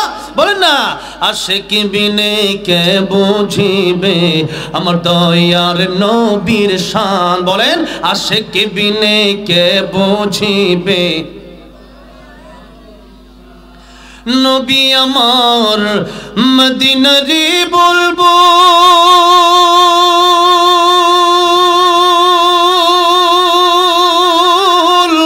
আমার আল্লাহ ভালোবেসে নামটি দিলেন মুহাম্মদ রাসূল। আল্লাহু আকবার। ওই নবীকে ভুল বুঝিলে, ওই নবীকে ভুল বুঝিলে থাকবে না ঈমান। আশিক বিনে কে বুঝিবে আমার দয়ার নবীর শান। বলেন না, উম্মত বিনে কে বুঝিবে। তাহলে আল্লাহ হচ্ছেন রব্বুল আলামিন, আমার নবী হচ্ছেন রাহমাতুল লিল আলামিন। এখন রাহমাতুল লিল আলামিন রব্বুল আলামিনের কাছে দোয়া করে, আয় আল্লাহ এই কবর আযাব আপনি মাফ করে দেন। একবার দোয়া করলেন, আমার আল্লাহ দোয়াটা কবুল করলেন না। দুইবার দোয়া করলেন, দোয়াটা আল্লাহ কবুল করলেন না। তিনবার নবী দোয়া করলেন, দোয়াটা কবুল হলো না, কবর আযাবটা মাফ হলো না। এবার আমার নবী ডেকে বললেন, আল্লাহ এই কবর আযাবের মাফের জন্য আমি রাহমাতুল লিল আলামিন নবী তিনবার দোয়া করলাম, কবর আযাব কেন মাফ হয় না? যেই নবীর দোয়া একবারে কবুল হয়ে যায়, আজকে তিনবারেও সেই নবীর দোয়া কবুল হয় না। কারণ কি? কারণ কি? আল্লাহ বললেন, জিবরাইল যাও আমার নবীর কাছে গিয়া বলবা, আমার নবী একবার দুইবার কেন, আমার নবী তিনবার দোয়া করলেও আমি আল্লাহ কেন কবুল করলাম না? এর কারণ হচ্ছে বান্দার হক আমি আল্লাহর সাথে না, এই বান্দা তার মারে বড় কষ্ট দিয়ে দিয়েছে। মা যতক্ষণ ক্ষমা করবে না, আল্লাহ রাব্বুল আমিন ততক্ষণ পর্যন্ত ক্ষমা করবে না। জিবরাইল আমিন বললেন, ইয়া রাসূলুল্লাহ, ইয়া হাবিবাল্লাহ, আল্লাহ বলেছেন এই ব্যক্তির সম্পর্ক হকের সম্পর্ক আল্লাহর সাথে না, এই ব্যক্তির হকের সম্পর্ক তার মায়ের সাথে।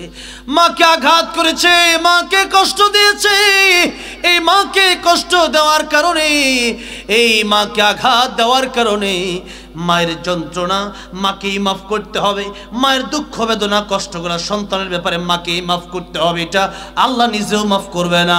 ওই ইয়া রাসূলুল্লাহ, তার মা বেঁচে আছে, এখনো যদি মাফ করে এখন কবর আযাব মাফ হবে, এখন না মাফ করলে কবরের আযাব মাফ হবে না। আমার নবী সেই যুবকের মায়ের সাথে দেখা করলেন, বললেন, ও যুবকের মা, এই কবর আযাব হয়, তুমি সন্তানকে মাফ করে দাও। মহিলা বলে, ইয়া রাসূলুল্লাহ, আমি মাফ করব না, এত কষ্টই জীবনে আমার এসে দিয়েছে, আমি তাকে মাফ করব না। নবী বললেন, এই কবর আযাব দেখে আমার কষ্ট হয়, আমি তার কবর আযাব সইতে পারি না। মায়ের চাইতে বাপের চাইতে বেশি আল্লাহ রাসূল প্রিয়, ঠিক না ঠিক?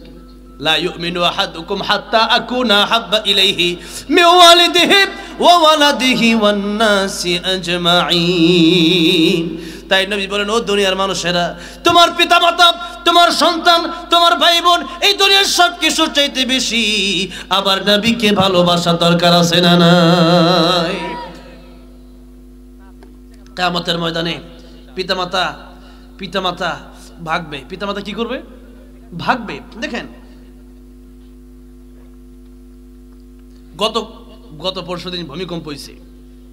এই ভূমিকম্পের সময় একটা ভিডিও ফুটেজে দেখা গেছে, একটা বাবা তার সন্তানকে দোকানে রেখে, মানে ভূমিকম্প শুরু হয়ে গেছে, বাবা দৌড় দিচ্ছে।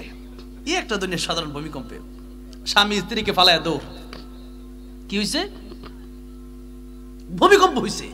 কিয়ামতের দিন ইযা যুলজিলাতিল আরদু জিলজালাহা, কি ভূমিকম্প হবে যেদিন এই আকাশ ভেঙে যাবে, এই পাহাড় তুলার মতো উঠতে থাকবে, সেদিন জমিনটা তামা হয়ে যাবে, নিচে তামার জমিন, আর উপরে সূর্যের গরম, সূর্য মাথার অর্ধ হাত উপরে থাকবে সূর্য।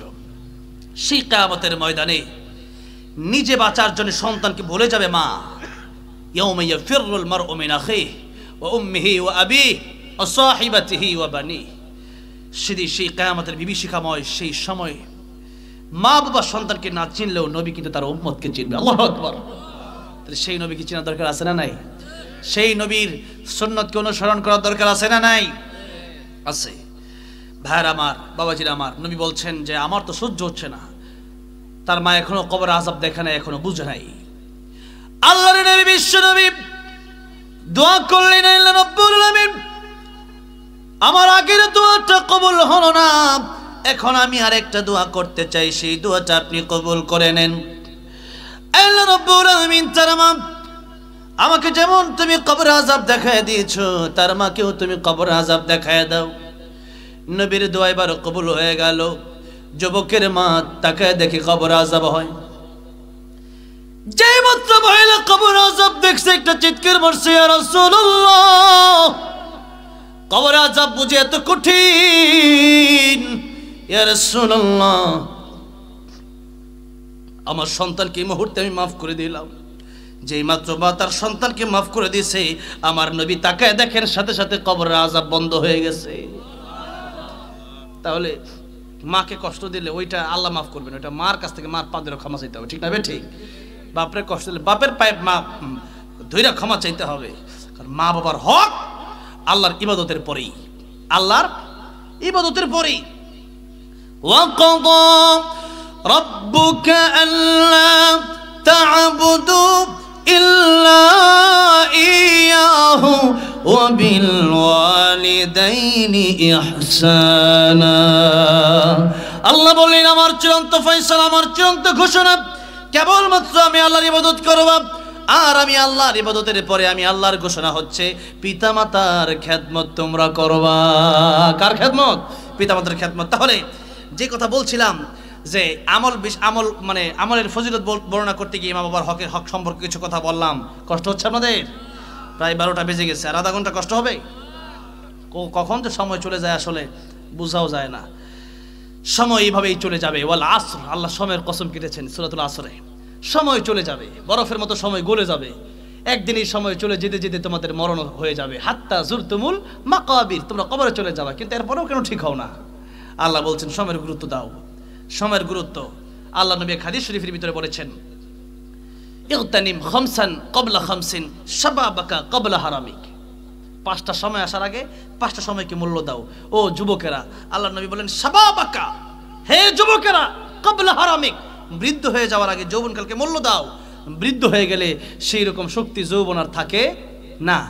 2 নাম্বার অসিহ্হাতাকা ক্বাবলা সাকামিক, সুস্থ থাকা অবস্থায় অসুস্থ হওয়ার আগে সুস্থতাকে মূল্য দিয়ে বেশি বেশি ইবাদত করো।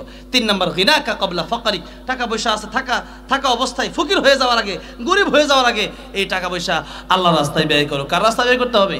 আল্লাহর রাস্তায়। 3-4 নাম্বার ওয়া ফারাগাকা ক্বাবলা শুগুলিক, নবী বলেন যে অবসর আছে ব্যস্ত হওয়ার আগে বেশি বেশি ইবাদত করো। 5 নাম্বার হায়াতাকা ক্বাবলা মাউতিক, মরণের আগে ভালো হও, মরার পরে ভালো হওয়ার কোনো সুযোগ নাই। তাহলে আসেন সেই মরণের আগেই আমাদেরকে আমল গুছাইতে হবে। বাপ মার দিকে একবার তাকাইলে একটা কবুল হজের সওয়াব হয়, আর সেই বাপ মা ডাক দিলে আমরা শুনি না। বাপ মার সাথে সম্পর্ক অনেকে রাখতে চায় না, যে বাপ মা নিজে অনেকের কাছে অসহ্য মনে হয়। আর যেই মা বাবার কাছে দুনিয়ায় আসলেন সেই মা ডাক দিলে এখন অসহ্য লাগে, বুঝতে হবে কপাল পুড়ে গেছে। যেরকম ঠিক না ঠিক, কপাল পুড়ে গেছে। তাহলে বাপ মার দিকে একবার তাকাইলে একটা কবুল হজের সওয়াব। এবার আসুন একটু দেখি কবুল হজের মানে এখানে কারা কারা হজ করছেন। আমার দাদা করছে মাশাআল্লাহ, আর কে করছেন? হ্যাঁ, মক্কা মদিনা গেছেন, আর কে কে?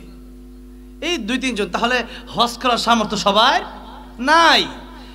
বড় হজ করতে গেলে 5-6 লাখ টাকা লাগে মিনিমাম। আর বিয়েতে গেলে একটা আছে যে আপনার বিজনেস ক্লাস, বিমানে একটা আছে বিজনেস ক্লাস, মানে সামনে বইয়া যায়, এটা ডেলাইন দেওয়ান যায়, স্পেশাল নাস্তা আছে কিছু। আরেকটা হইলো যে পিছনে ইকোনমিক ক্লাস আর কি, সেটা হলো নর্মাল, মানে সবাই এনে বসবো আর কি। তো এখন বিয়েতে গেলে তো 5 লাখের জায়গায় 15 লাখ 20 লাখও লাগতে পারে। এমন এমন এমন হোটেল আছে সেই সৌদি আরবে। এক হোটেলে আমার একজন এই ইয়াতে সিরাজগঞ্জের এক লোক আমার একবার উমরায় নিয়ে গেছিল, এক হোটেলে রাখছে।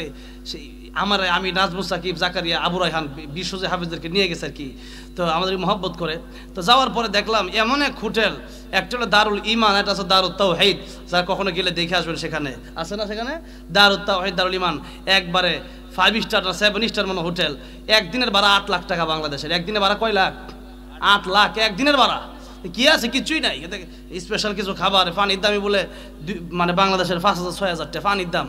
তাহলে যাই হোক, এখন কথা হইলো যে এত টাকা দাম, এত উন্নত মানের হোটেল, যারা ভিআইপি, যাদের টাকা পয়সা আছে তো এমনিও যায়। আর একবারে সর্বনিম্ন হজ করতে গেলেও তো মোটামুটি 5-6 লাখ টাকা দরকার, ঠিক না বে ঠিক? এরপরে টাকা পয়সা থাকলে হজ ফরজ হয় না, দেহ ঠিক থাকতে হবে, সুস্থ থাকতে হবে। যেমন ইসলামের ভেতরে একটা ইবাদতের নাম হচ্ছে নামাজ, এটা হচ্ছে দৈহিক ইবাদত, আর একটা হচ্ছে যাকাত, যাকাত হচ্ছে আর্থিক ইবাদত। এখন দৈহিক ইবাদত যেটা, ওইটা হচ্ছে নামাজ আপনি পড়বেন, আপনার দেহ দিয়ে পড়তে হবে, কপাল দিয়ে আল্লাহকে সেজে দিতে হবে মসজিদে গিয়া। এখন একজন গরিব মানুষ প্রত্যেকদিন নামাজ পড়ে, আপনি বলেন আপনি আমার নামাজটা পড়ে দিয়েন, হবে নামাজ হবে? আপনারটা হবে? হবে না। তার নামাজ তারটা সে পড়বে, আপনার নামাজ আপনি পড়বেন। আর জাকাত, 10,000 টাকা জাকাত আসছে, এখন এই জাকাতটা আপনি জাকাতের টাকাটা না দিয়া, 10,000 টাকা জাকাত, এই 10,000 টাকা জাকাত না দিয়া আপনি কি করলেন? আপনি চিন্তা করলেন 10,000 টাকা জাকাত না দিয়া এই 10,000 টাকা আমি 10 টাকা নামাজ পড়ালাই, কি মনে করেন জাকাত আদায় হবে? জাকাত আদায় হবে না। তাহলে দৈহিক ইবাদত যেমন নামাজ মসজিদে গিয়ে পড়তে হবে, টাকা দিয়ে করা যাবে না। আর্থিক ইবাদত যেমন জাকাত, এই ইবাদত অর্থ দিয়ে আদায় করতে হবে, নামাজ পড়ার মাধ্যমে জাকাত আদায় হবে না। আর হজ হচ্ছে আল হাজ্জু, আল আজ্জু, হজ হলো কষ্টকর। নবী বলছেন, নবীর হাদিস শরীফ, হজ হলো কষ্ট।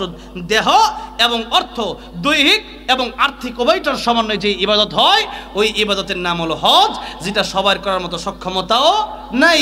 তাহলে এই হজ করতে গেলে কষ্ট, টাকা পয়সা লাগবে, এরপরে পাসপোর্ট, ভিসা, ফিঙ্গারপ্রিন্ট, এরপরে যাইতে হবে লম্বা সফর। এখান থেকে ঢাকা থেকে এখন তো বিমানে, আগে তো কত কষ্ট করে মানুষ হজে যেত, এখন তো বিমানে হজে জায়গায় 6-7 ঘন্টা লাগে, আর এখান থেকে ঢাকা জাম পার হইতে লাগে আরো 8 ঘন্টা, জোরে ঠিক না? ঠিক।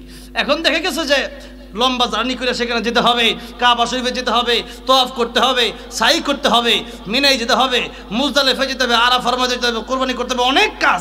এত কাজ করার পরে হজ কবুল হয়েছে কিনা গ্যারান্টি আছে? এবার বলেন, বছরে হজ করা যায় কয়বার? জোরে কোন? একবার। আর বাকি যত করবেন উমরা হবে, হজ হবে না। নির্দিষ্ট জিল হজ মাসে হজ করতে হবে, একটা স্পেশাল মাস এলা দেয় জিল হজ মাস। তো এখন জিল হজ মাসে হজ করতে হবে, তাহলে বছরে হজ করা যায় একবার। আর দৈনিক মা আর বাবার দিকে তাকানো যায় কতবার? কতবার বলেন? অসংখ্যবার তাকানো যায়, ঠিক না? ঠিক বলেন। তাহলে সেই মা বাবার দিকে একবার তাকাইলে কবুল হজের সওয়াব। আপনি তো তাকানে ওয়াজ কি শুনতেছেন, এটা মনে রাখেন, পকেটে পুরে নিয়ে যান না এটা। এখন যদি আপনার স্টেজে যদি আপনার বাপ থাকে, বাপের দিকে তাকান, এখানে আপনার বাবা থাকলে বাবার দিকে তাকান, একবার তাকাবেন, এক একটা কবুল হজের সওয়াব। এই আমল যদি আপনি না করেন, আর তাহলে ওয়াজ শুনে লাভ আছে? তাহলে আমার কথাও ব্যর্থ, আর মনে করেন যে মাহফিলটা করাও ব্যর্থ যদি আমল না করেন, ঠিক না? কিয়ামতের ময়দানে এই সূরা মুলকের মানে প্রথম পৃষ্ঠার শেষের দিকে আসছে, যে প্রথম পৃষ্ঠার শেষ দিকে আসছে যে কিয়ামতের ময়দানে মানুষ যখন জাহান্নামে যাবে, আলোচনা শুনবেন, আমল না করার কারণে তো জাহান্নামে যাবে। যখন জাহান্নামে যাবে তাদেরকে জিজ্ঞাসা করা হবে। আল্লাহ বলছেন, সাআলাহুম খাযানাতুহা আলাম ইয়াতিকুম নাযীর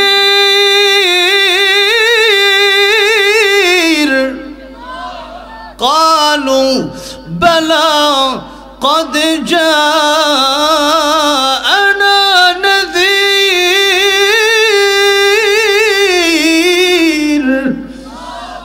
জিজ্ঞাসা করা হবে, সাআলাহুম খাযানাতুহা আলাম ইয়াতিকুম নাযীর, তোমাদের কাছে কি দুনিয়াতে তাফসীর মাহফিল করা হয় নাই, ওয়াজ মাহফিল হয় নাই, ভীতি প্রদর্শন করে তোমাদের কাছে যায় নাই? এর অর্থ হচ্ছে তোমাদের কাছে কি জান্নাতের আশা আর জাহান্নামের ভয় তোমাদেরকে কি দেখানো হয় নাই?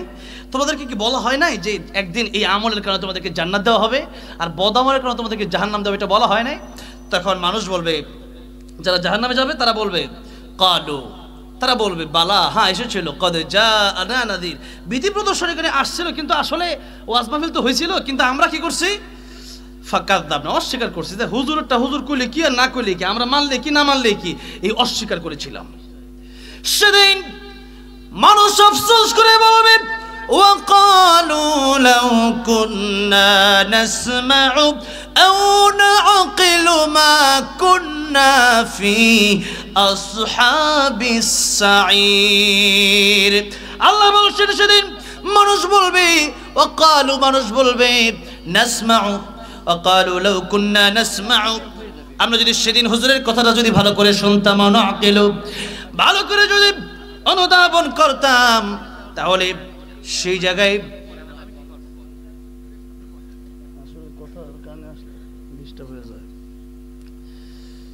কোরআন এমন একটা বিষয়, আল্লাহ এটার ব্যাপারে বলেছেন ওয়াইদা কুরিআল কুরআনু ফাসতামিউ লাহু ওয়া আনসিতু। কোরআন যেখানে তেলাওয়াত করবে ওখানে কথা বলে ডিস্টার্ব হয়ে যাবে। আল্লাহ বলছেন ওয়া আনসিতু ফাসতামিউ লাহু, আগে চুপ করো, এরপরে শোনো, এরপরে মনের কান দিয়ে শোনো, ওয়া আনসিতু, এরপরে তোমরা গভীরভাবে শোনো। শুনলে কি হবে? আল্লাহকুম তুরহামুন, তাতেই রহমত নাযিল হবে। কোরআন তেলাওয়াতের সময় কথা বলে তো না, রহমত নাযিল হবে না। এটাই হচ্ছে আল্লাহর কোরআনের আয়াতের মর্ম। আল্লাহ বলছেন, আল্লাহর কথা তো এটা। সেজন্য গুরুত্বপূর্ণ, কারণ কোরআনের আলোচনা যখন করা হয় এগুলো আমি কিন্তু মুখস্থ করে পরে এনাই নেই। এই আলোচনা তো আল্লাহ আমার মুখ থেকে বের করতেছেন। আমি তো ভাবছি যে 12টা শেষ করে দেবো, এখন থেকে 12টায় ওয়াজ শুরু হচ্ছে, ঠিক না? আমি তো ভাবছি ওয়াজ শেষ করে দেবো 12টায়, কিন্তু সেই 12টাতে ওয়াজ শুরু হচ্ছে, এখন তো মূল কথায় ঢুকতে পারি নাই। হ্যাঁ, তাহলে হ্যাঁ আপনি করেন এসা সর্বোচ্চ আধা ঘন্টা, আমার ফর্মে লেখা আছে 1.5 ঘন্টা আলোচনা, এরপরে আমি এখানে 2 ঘন্টা করবো, এটা বেশি। আমি এখন এগুলো কারণ হচ্ছে যত আমার ব্যাপারে সহজ হবে না, আমি আপনাদের ব্যাপারে সহজ হব, আর আমার ব্যাপারে কঠিন হয়ে গেলে আমিও কঠিন হয়ে যাব, তাহলে কোনোভাবে ডিস্টার্ব যেন না হয়। হ্যাঁ, তাহলে যাই হোক, আসলে চুপ করেন না। আল্লাহ বলছেন কিয়ামতের দিন মানুষ বলে যে ওয়াকালু লাউ কুননা, যেই ওয়াজ করতেছে এটা উল্টো হয়ে গেছে ডাইরেক্ট। ওয়াকালু লাউ কুননা নাসমা, ওই দিন যদি ভালো করে ওয়াজটা শুনতাম। আল্লাহ কি বলে, যে আয়াত বলছিলাম এতক্ষণ, এটাই শুনেন না। ওয়াকালু লাউ কুননা নাসমা, যদি হুজুরের কথাটা ভালো করে শুনতাম মনোযোগ দিয়া, আও নাকিলু, আর যদি অনুধাবন করতাম, আমলটা করতাম, মা কুননা ফি আসহাবিস সাইর, আজকে জাহান্নামে আসা লাগতো না। এরপরে জাহান্নামীরা আল্লাহ কি বলবে, আল্লাহ আমাদেরকে আরেকবার দুনিয়াতে পাঠায় দেন, আমি আরেকবার কে নামাজ পড়ব, রোজা রাখবো, ভালো করে কোরআন মানবো।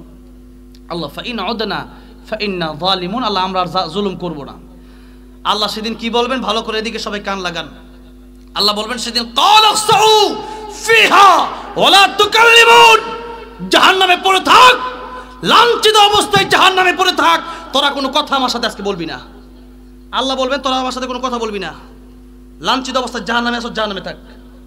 আল্লাহ যেদিন বলবেন যে জাহান্নামে পড়ে থাক, ক্বালাসউ ফিহা, জাহান্নামে আসো, জাহান্নাম কোরআনের আয়াত, ওয়ালা তুকাল্লিমুন, তোরা আমার সাথে আজকে কোনো কথা বলবি না, তোদের সাথে আমি আল্লাহ আজকে কোনো কথা বলতে চাই না। তাহলে সেদিন আফসোস করে কোনো লাভ হবে? আল্লাহ যদি এই কথা বলে যে আমার সাথে কোনো কথা বলার সুযোগ নাই, কারে ডাকবেন? কারণ ডাকার আর কোনো জায়গা আছে? আর কোরআন শরীফে আছে প্রথম জাহান্নামীদের রক্ষীদেরকে ডাকবে, রক্ষীরা বলবে যে কাজ হবে না। এরপরে মালিক, দারোগা, জাহান্নামের যে মূল সর্দার, ফেরেশতার মালিক, তাকে ডাকা হবে। সে বলবে আমার কাছে চাইলাম, আল্লাহ কাছে চাই, আল্লাহ কাছে চাইবে, আল্লাহ বলবে যে চুপ থাক, কোনো কথা বলবি না তোরা আজকে আমার সাথে, জাহান্নামে লাঞ্ছিত অবস্থায় পড়ে থাক। এই কথা আল্লাহ বললে কি অবস্থা, কি ভয়ঙ্কর অবস্থা হবে সেদিন, দুনিয়াতে আমল না করার কারণে, কোরআন না মানার কারণে। সেদিন এই মানুষগুলা শয়তানরে বলবে তোর কথায় আমরা কোরআন শুনি নাই, তোর কথায় গান বাজনা করছি, তোর কথায় জেনে বিচার করছি, তোর কথায় আমরা অবৈধ কাজ করছি, তোর কথায় আমরা আল্লাহর কোরআন মানি নাই। শয়তান বলবে ইন্নাল্লাহা ওয়াদাকুম ওয়াদাল হক, আল্লাহর যে ওয়াদা এটাই সত্য ছিল। দলিল দেওয়ার পরেও, কোরআন হাদিসে দলিল দিয়ে ওয়াজ করছে, এরপরেও তোমরা বিশ্বাস করো নাই। আমি কইছি গান বাজনা করতে করছো, আমি কিছু সুদ খাইতে খাইছো, ঘুষ খাইতে খাইছো, এখন আল্লাহর কথা মানো নাই, আমারটা মানছো। কে আল্লাহটা দলিল দেওয়ার পর আল্লাহটা মানো নাই কেন? তোমার দোষ, তুমি মানো নাই কেন? তখন শয়তান বলবে ইন্নাল্লাহা ওয়াদাকুম ওয়াদাল হক, আল্লাহ যা ওয়াদা করছিল কোরআন শরীফ এগুলোই সত্য ছিল, তোমরা বুঝছো না, তোমরা মানো নাই, তোমরা বলছো যে কিয়ামত এটা তো পরে। কিন্তু সেদিন শয়তান বলবে তোমরা এই সমস্ত বিষয়গুলো অস্বীকার করেছিলে আর গাফেল ছিল, অবহেলা করছিল আখিরাতকে, দুনিয়াকে প্রাধান্য দিয়েছিলা, আখিরাতকে অবহেলা করছিলা। আজকে জাহান্নামে জ্বলো, তোমার সাথে আমিও জ্বলতাছি, এখন তুমি আমার কি শাস্তি দিবা? শাস্তি তো সবচেয়ে বেশি আমাকে দেওয়াই হচ্ছে, সুতরাং তোমরাও জ্বলো জাহান্নামে, আমিও জ্বলি, কোনো কথা কয়ে লাভ নাই। এখন মানছে আর উপায় নাই, কেন? যে এখন শয়তান নিজেই বলে দিছে যে ইন্নাল্লাহা ওয়াদাকুম ওয়াদাল হক, আল্লাহর কথাটাই সত্য, আল্লাহর কথাই ঠিক ছিল। তাহলে কি মনে করেন এখানে ভালো করে মনোযোগ দিয়ে শুনে আমল করার দরকার আছে না নাই? না করলে নিজের দোষে নিজে বিপদে পড়বেন। তাহলে আমরা সূরাতুল মুলকের শিক্ষা হচ্ছে দুনিয়াতে যতদিন থাকবো আল্লাহর গোলামি করব। কার গোলামি করব? আল্লাহর গোলামি। না যদি করেন আপনি বিপদে পড়বেন, সেদিন শয়তান আপনার কাছে আর সাহায্য করতে আসবে না। সেজন্য আল্লাহ বলছেন, দ্বিতীয় আয়াতে যাই, এক আয়াত করতে গেলে সময় যাবে আরো বেশি, দ্বিতীয় আয়াতে যাই। আল্লাহ বলছেন আমার গোলামি কেন করব? আল্লাযী খালাকাল মাউতা ওয়াল হায়াতা লিয়াবলুয়াকুম আইয়ুকুম আহসানু আমালা ওয়া হুয়াল আজিজুল গফুর। যে আল্লাহ তোমাদের মরণ সৃষ্টি করলেন, যে আল্লাহ তোমাদের হায়াত সৃষ্টি করলেন, সেই আল্লাহ রাব্বুল আলামিনের ইবাদত কেন করবা? কারণ মরণ আল্লাহ সৃষ্টি করেছেন, হায়াত আল্লাহ দিয়েছেন, এই জীবন দিলেন কে? আল্লাহ রাব্বুল আলামিন মৃত্যুর কথা আগে বললেন আর জীবনের কথা পরে বললেন। এর কারণ কি? এর কয়েকটা কারণের মধ্যে অন্যতম কারণ হচ্ছে যে আমরা এক সময় মৃত ছিলাম। আমরা আগে আমাদের মৃতদেহ ছিল, প্রথমে আমাদের মায়ের গর্ভে মৃতদেহ আমরা ছিলাম, এরপরে আল্লাহ রুহু দিয়েছে বলে আমরা আসছি। রুহু যদি না থাকতো আমরা থাকতাম? রুহু কি জিনিস? রুহু কারে বলে? নবীর কাছে যে প্রশ্নটা করা হয়েছিল, তা আল্লাহ কোরআন শরীফের উত্তরটা দিয়েছে। বলবো উত্তরটা? আল্লাহ বললেন ويسألونك عن الروح قل الروح من أمر ربي وما أوتيتم من العلم إلا قليلا। হে নবী, আপনি কি মানুষ প্রশ্ন করে রুহকে জিনিস আপনি তাদেরকে জানায় দেন, তাদেরকে আপনি বলে দেন রুহ হচ্ছে আল্লাহর হুকুম। রুহ আল্লাহর কি? আল্লাহ বলেছে তাই আমাদের ভিতরে আছে। আবার আল্লাহ যেদিন বলবেন সেদিন আমাদের ভিতর থেকে রুহুটা যেদিন চলে যাবে, এদিন কি এই পৃথিবীর কোনো মানুষের ক্ষমতা আছে যে রুহুটা দ্বিতীয়বার আমাকে ঘুরাই দিতে পারে, আবার আমাকে জীবিত করতে পারে? এমন কোনো শক্তি কি আল্লাহ ছাড়া পৃথিবীর কারো আছে? নাই। সেই জন্য গোলামি করতে হবে কার? আল্লাহ। তাই আল্লাহ রাব্বুল আলামিন যত নবী রাসূল পৃথিবীতে পাঠিয়েছেন সবাইকে আল্লাহ রাব্বুল আলামিন দুটি দায়িত্ব দিয়ে পাঠিয়েছেন। জোরে বলেন কয়টা দায়িত্ব? দুইটা দায়িত্ব। আল্লাহ বলছেন ওয়ালাকাদ বা'আসনা ফি কুল্লি উম্মাতির রাসূলান আন ই'বুদুল্লাহা ওয়াজতানিবুত তাগুত। এক নম্বর দায়িত্বটা হচ্ছে আন ই'বুদুল্লাহ, এক নম্বরে আল্লাহর গোলামি করবা। দুই নম্বরে ওয়াজতানিবুত তাগুত, তাগুত বর্জন করবা। তাগুত হলো শয়তান, তাগুত হচ্ছে যারা নিজেরাও কোরআন মানে না, অপর মানুষকেও যারা কোরআন মানতে বাধা দেয়, এরাই হচ্ছে তাগুত। তাহলে যারা আল্লাহর কোরআন মানে না, অন্যজনকে মানতেও দেয় না, নিজেও নামাজ পড়ে না, আরেকজনকে নামাজ পড়তেও দেয় না, এদের অনুসরণ করা যাবে না। আল্লাহ বলছেন দুইটা কাজ, আমারটাও মানবা তারটাও মানবা, হবে না। লা তাআতা লি মাখলুকিন ফি মাসিয়াতিল খালিক। আল্লাহর নাফরমানি হয় এমন কোন কথা পীর বললে পীরটা শোনা যাবে না, নেতা বললে নেতারটা শোনা যাবে না, বাপে বললে বাপেরটা শোনা যাবে না, মা বললে মায়েরটাও শোনা যাবে না। যেই কথায় আল্লাহর নাফরমানি হয় ওইটা আমার যত বড় পীরই হোক, যত বড় নেতাই হোক, তারটা শোনা যাবে না। কারণ এই জীবন আমাকে দিলেন কে? আল্লাহ। আল্লাহ বলছেন আমি রূহ দিয়েছি তাই তুমি রূহ পেয়েছো, তাই তুমি জীবন পেয়েছো। আবার আল্লাহ মৃত্যুর কথা আগে বললেন, হায়াতের কথা পরে বললেন। এর দ্বিতীয় কারণ হচ্ছে আসলে আমাদের মূল হায়াতটা পরে, আর মূলত মরণটাই আমাদের আগে। আর এই দুনিয়ার অল্প সময় হচ্ছে আমাদের পরীক্ষার হল। এটা হচ্ছে পরীক্ষা। আল্লাহ বলছেন দ্বিতীয় আয়াতের ভিতরে লিয়াবলুয়াকুম আইয়ুকুম আহসানু আমালা। বান্দারে, এটা তোমার জন্য পরীক্ষার হল। এখানে পরীক্ষা যখন মানুষ হলে দিতে যায় তখন কি ওই সময় বসে বসে কি টিভি সিনেমা দেখে নাকি? ওই সময় বসে বসে কি যে লুডু খেলে নাকি, তাস খেলে? ওই সময় কি করে? ওই সময় খুব টেনশন, ঠিক না? পরীক্ষা যখন দিতে যাবে খুব টেনশন। যখন পরীক্ষার হলে ঢুকছে কি কোন প্রশ্নটা জানি চলে আসে, ঠিক না? কোন প্রশ্নটা জানি চলে আসে, কিভাবে জানি লিখবো আজকে লেখাটা কি 3টা প্রশ্নই পারবো নাকি ভুল হয়ে যায়। এই যে একটা টেনশন, যে দুনিয়ায় থাকা অবস্থায় টেনশনটা আমাদের থাকা দরকার। কবরে গেলে কি হবে? আমি কি কবরের পরীক্ষায় উত্তীর্ণ হতে পারছি, নাকি আমি দুনিয়া নিয়ে পড়ে আছি, আখিরাত আমার বরবাদ হয়ে যাচ্ছে? আল্লাহ নবী বলেছেন দুনিয়া মাজরাতুল আখিরা। দুনিয়া হচ্ছে কবরের জন্য, এটা হচ্ছে তোমাদের বাগান, তোমাদের কর্মস্থল, কর্মক্ষেত। এখানে তোমরা যা চাষ করবা এই কর্মস্থলে, এই কর্মক্ষেতে, সেটা তোমাদেরকে আখিরাতে পুরস্কার দেওয়া হবে। সুবহানাল্লাহ। তাহলে দুনিয়াটা আমাদের জন্য পরীক্ষার হল। যেমন কিসের হল? কিয়ামতের ময়দানটা 50,000 বছর লম্বা হবে। 50,000 সানাতিন মিম্মা তাউদ্দুন।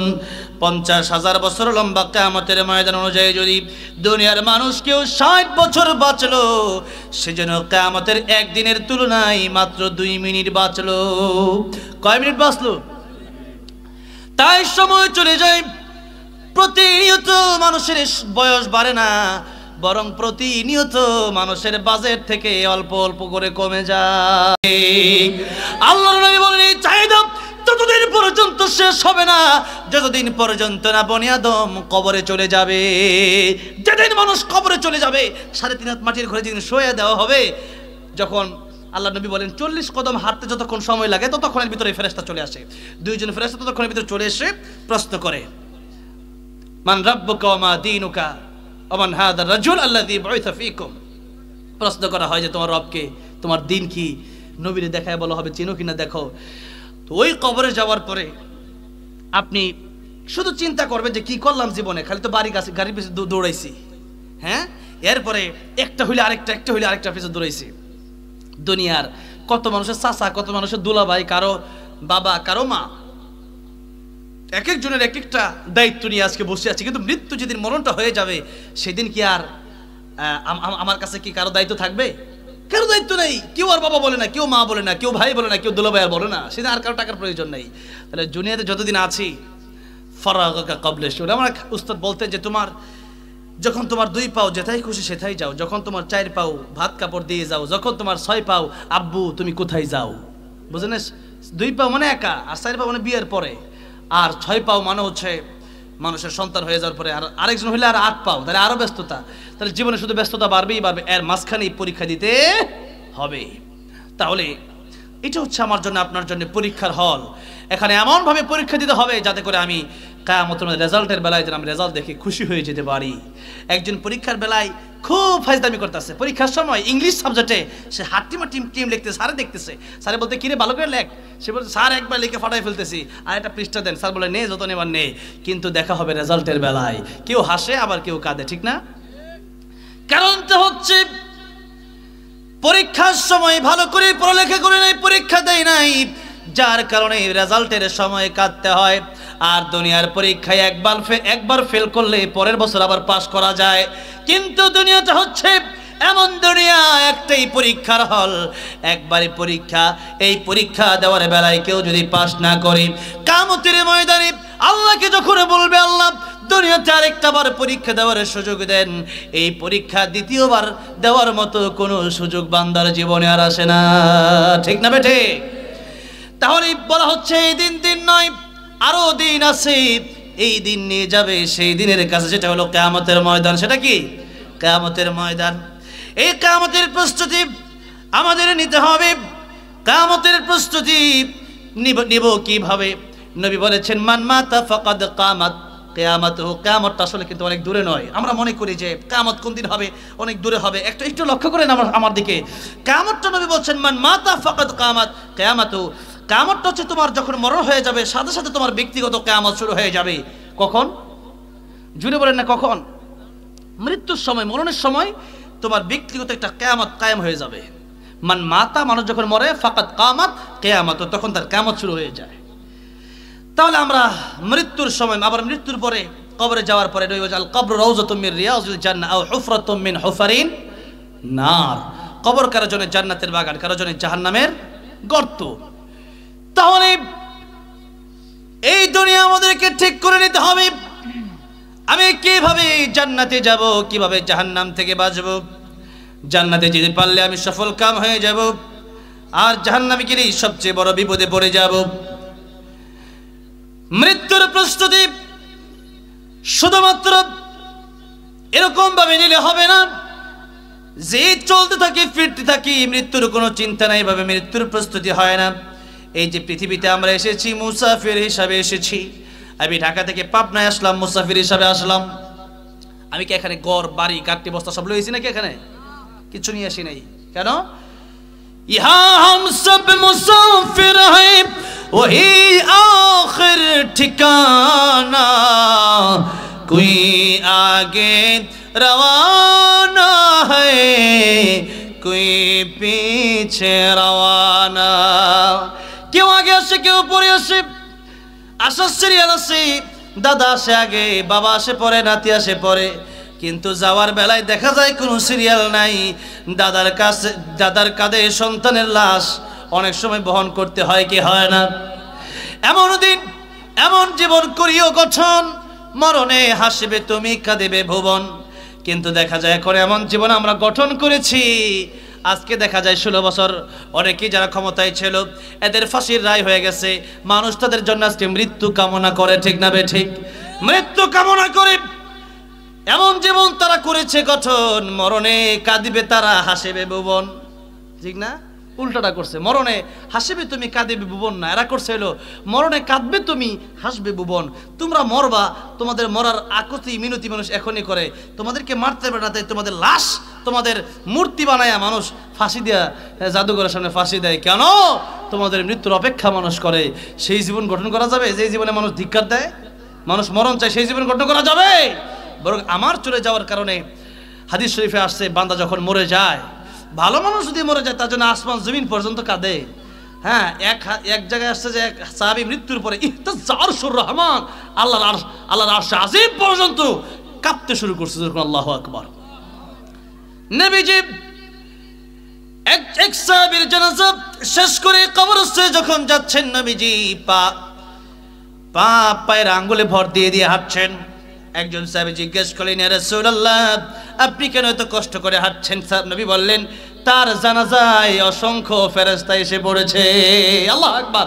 এত ফেরেশতা এসেছে যে ফেরেশতার কারণে আমি যে পা রাখবো সেই জায়গাটাটুকু পাচ্ছি না। আল্লাহু আকবার। তাহলে ভালো মানুষের জানাজায় শুধু মানুষ হাজির হয় না, ফেরেশতা পর্যন্ত এসে হাজির হয়। যেরকম সুবহানাল্লাহ।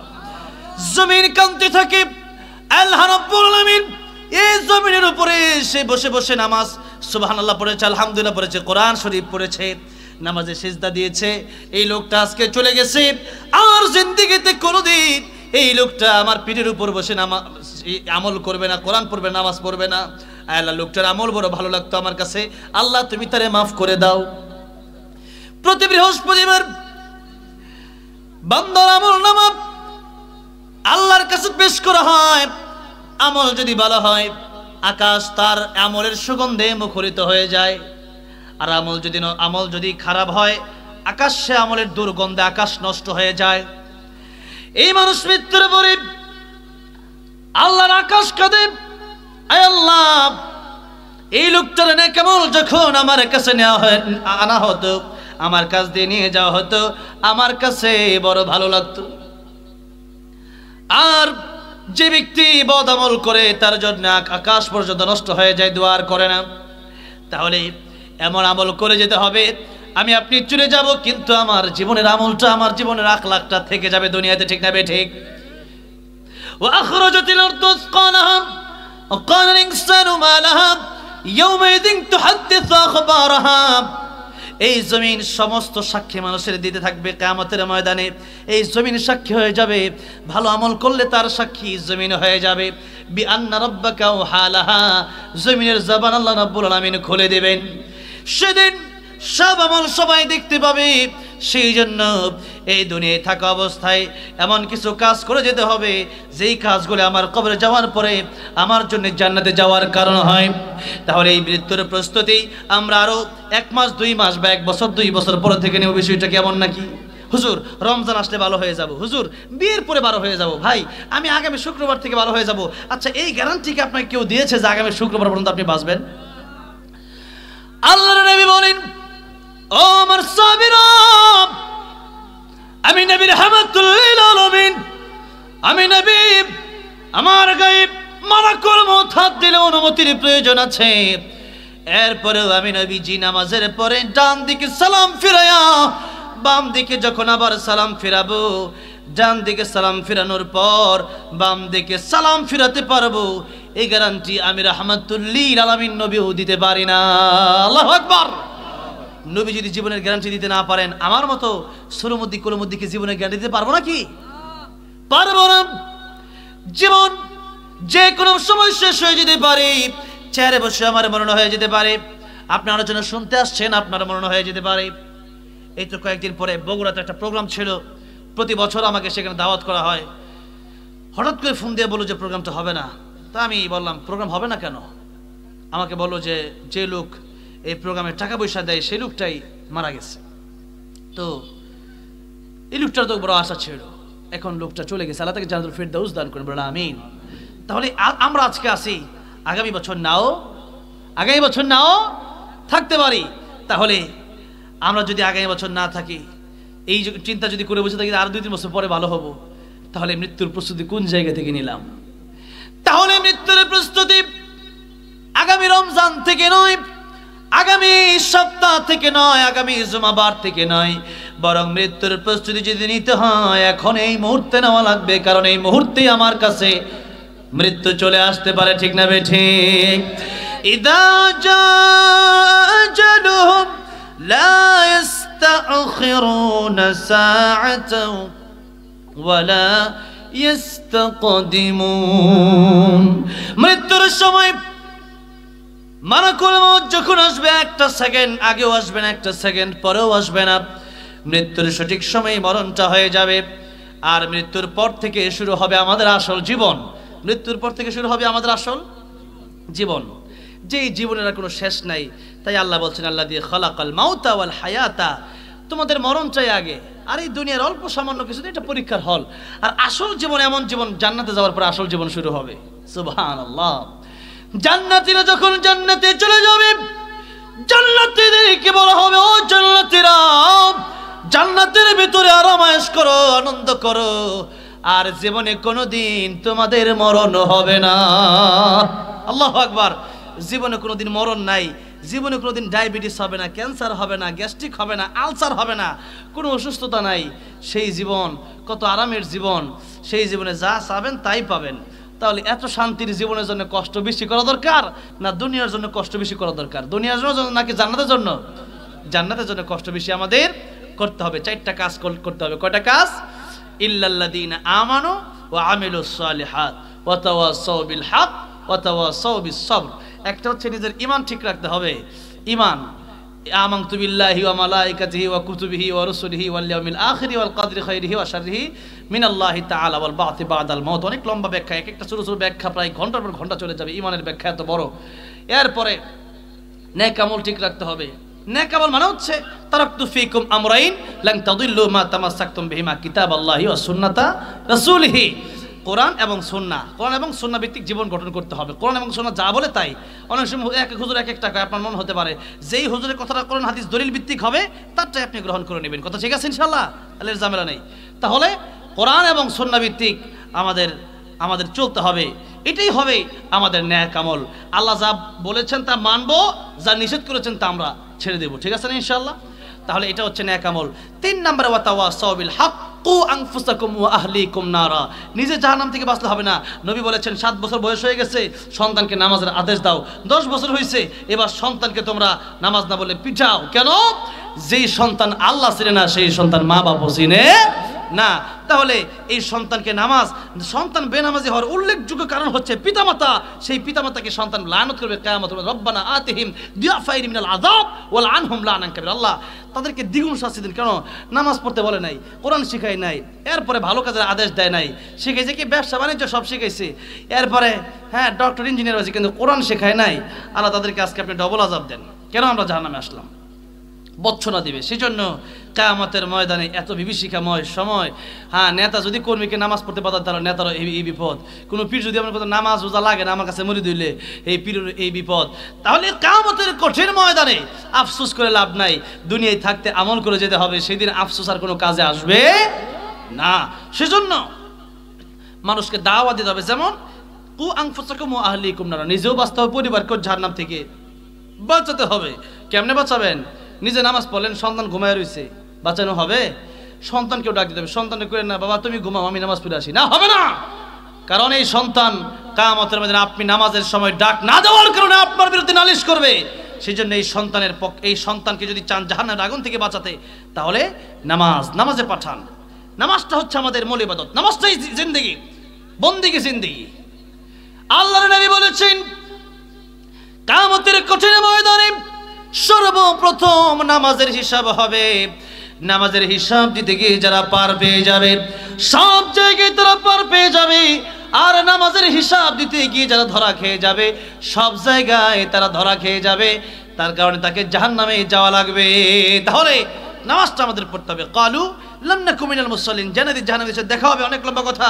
সূরাতুল মুদ্দাসসিরের জিজ্ঞাসা করবে, কেন তোমরা জাহান্নামে আসতে? বলবে কালু লাম নাকু মিনাল মুসাল্লিন, নামাজ পড়ি নাই। ওয়ালাম নাকুনু তুইমুল মিসকিন, মিসকিনকে খেতে দেয় নাই। ওয়া কুননা নাখুদু মাআল খায়িদিন, ওহেতুক আড্ডা মারছি, গীবত করছি। গীবত যারা করবে কিয়ামতের ময়দানে সবচেয়ে অসহায় হবে তারা। নিজের নেক আমল তারা দিয়ে দেওয়া লাগবে, আর যার বিরুদ্ধে গীবত করলো তার গুনাহ তার নিয়ে তাকে জাহান্নামে যাওয়া লাগবে। তাহলে গীবত করবেন? সাবধান। গীবত কারে বলে? একজনের সত্য দোষ আরেকজনের কাছে ছোট করার জন্য আপনি গীবত করলেন।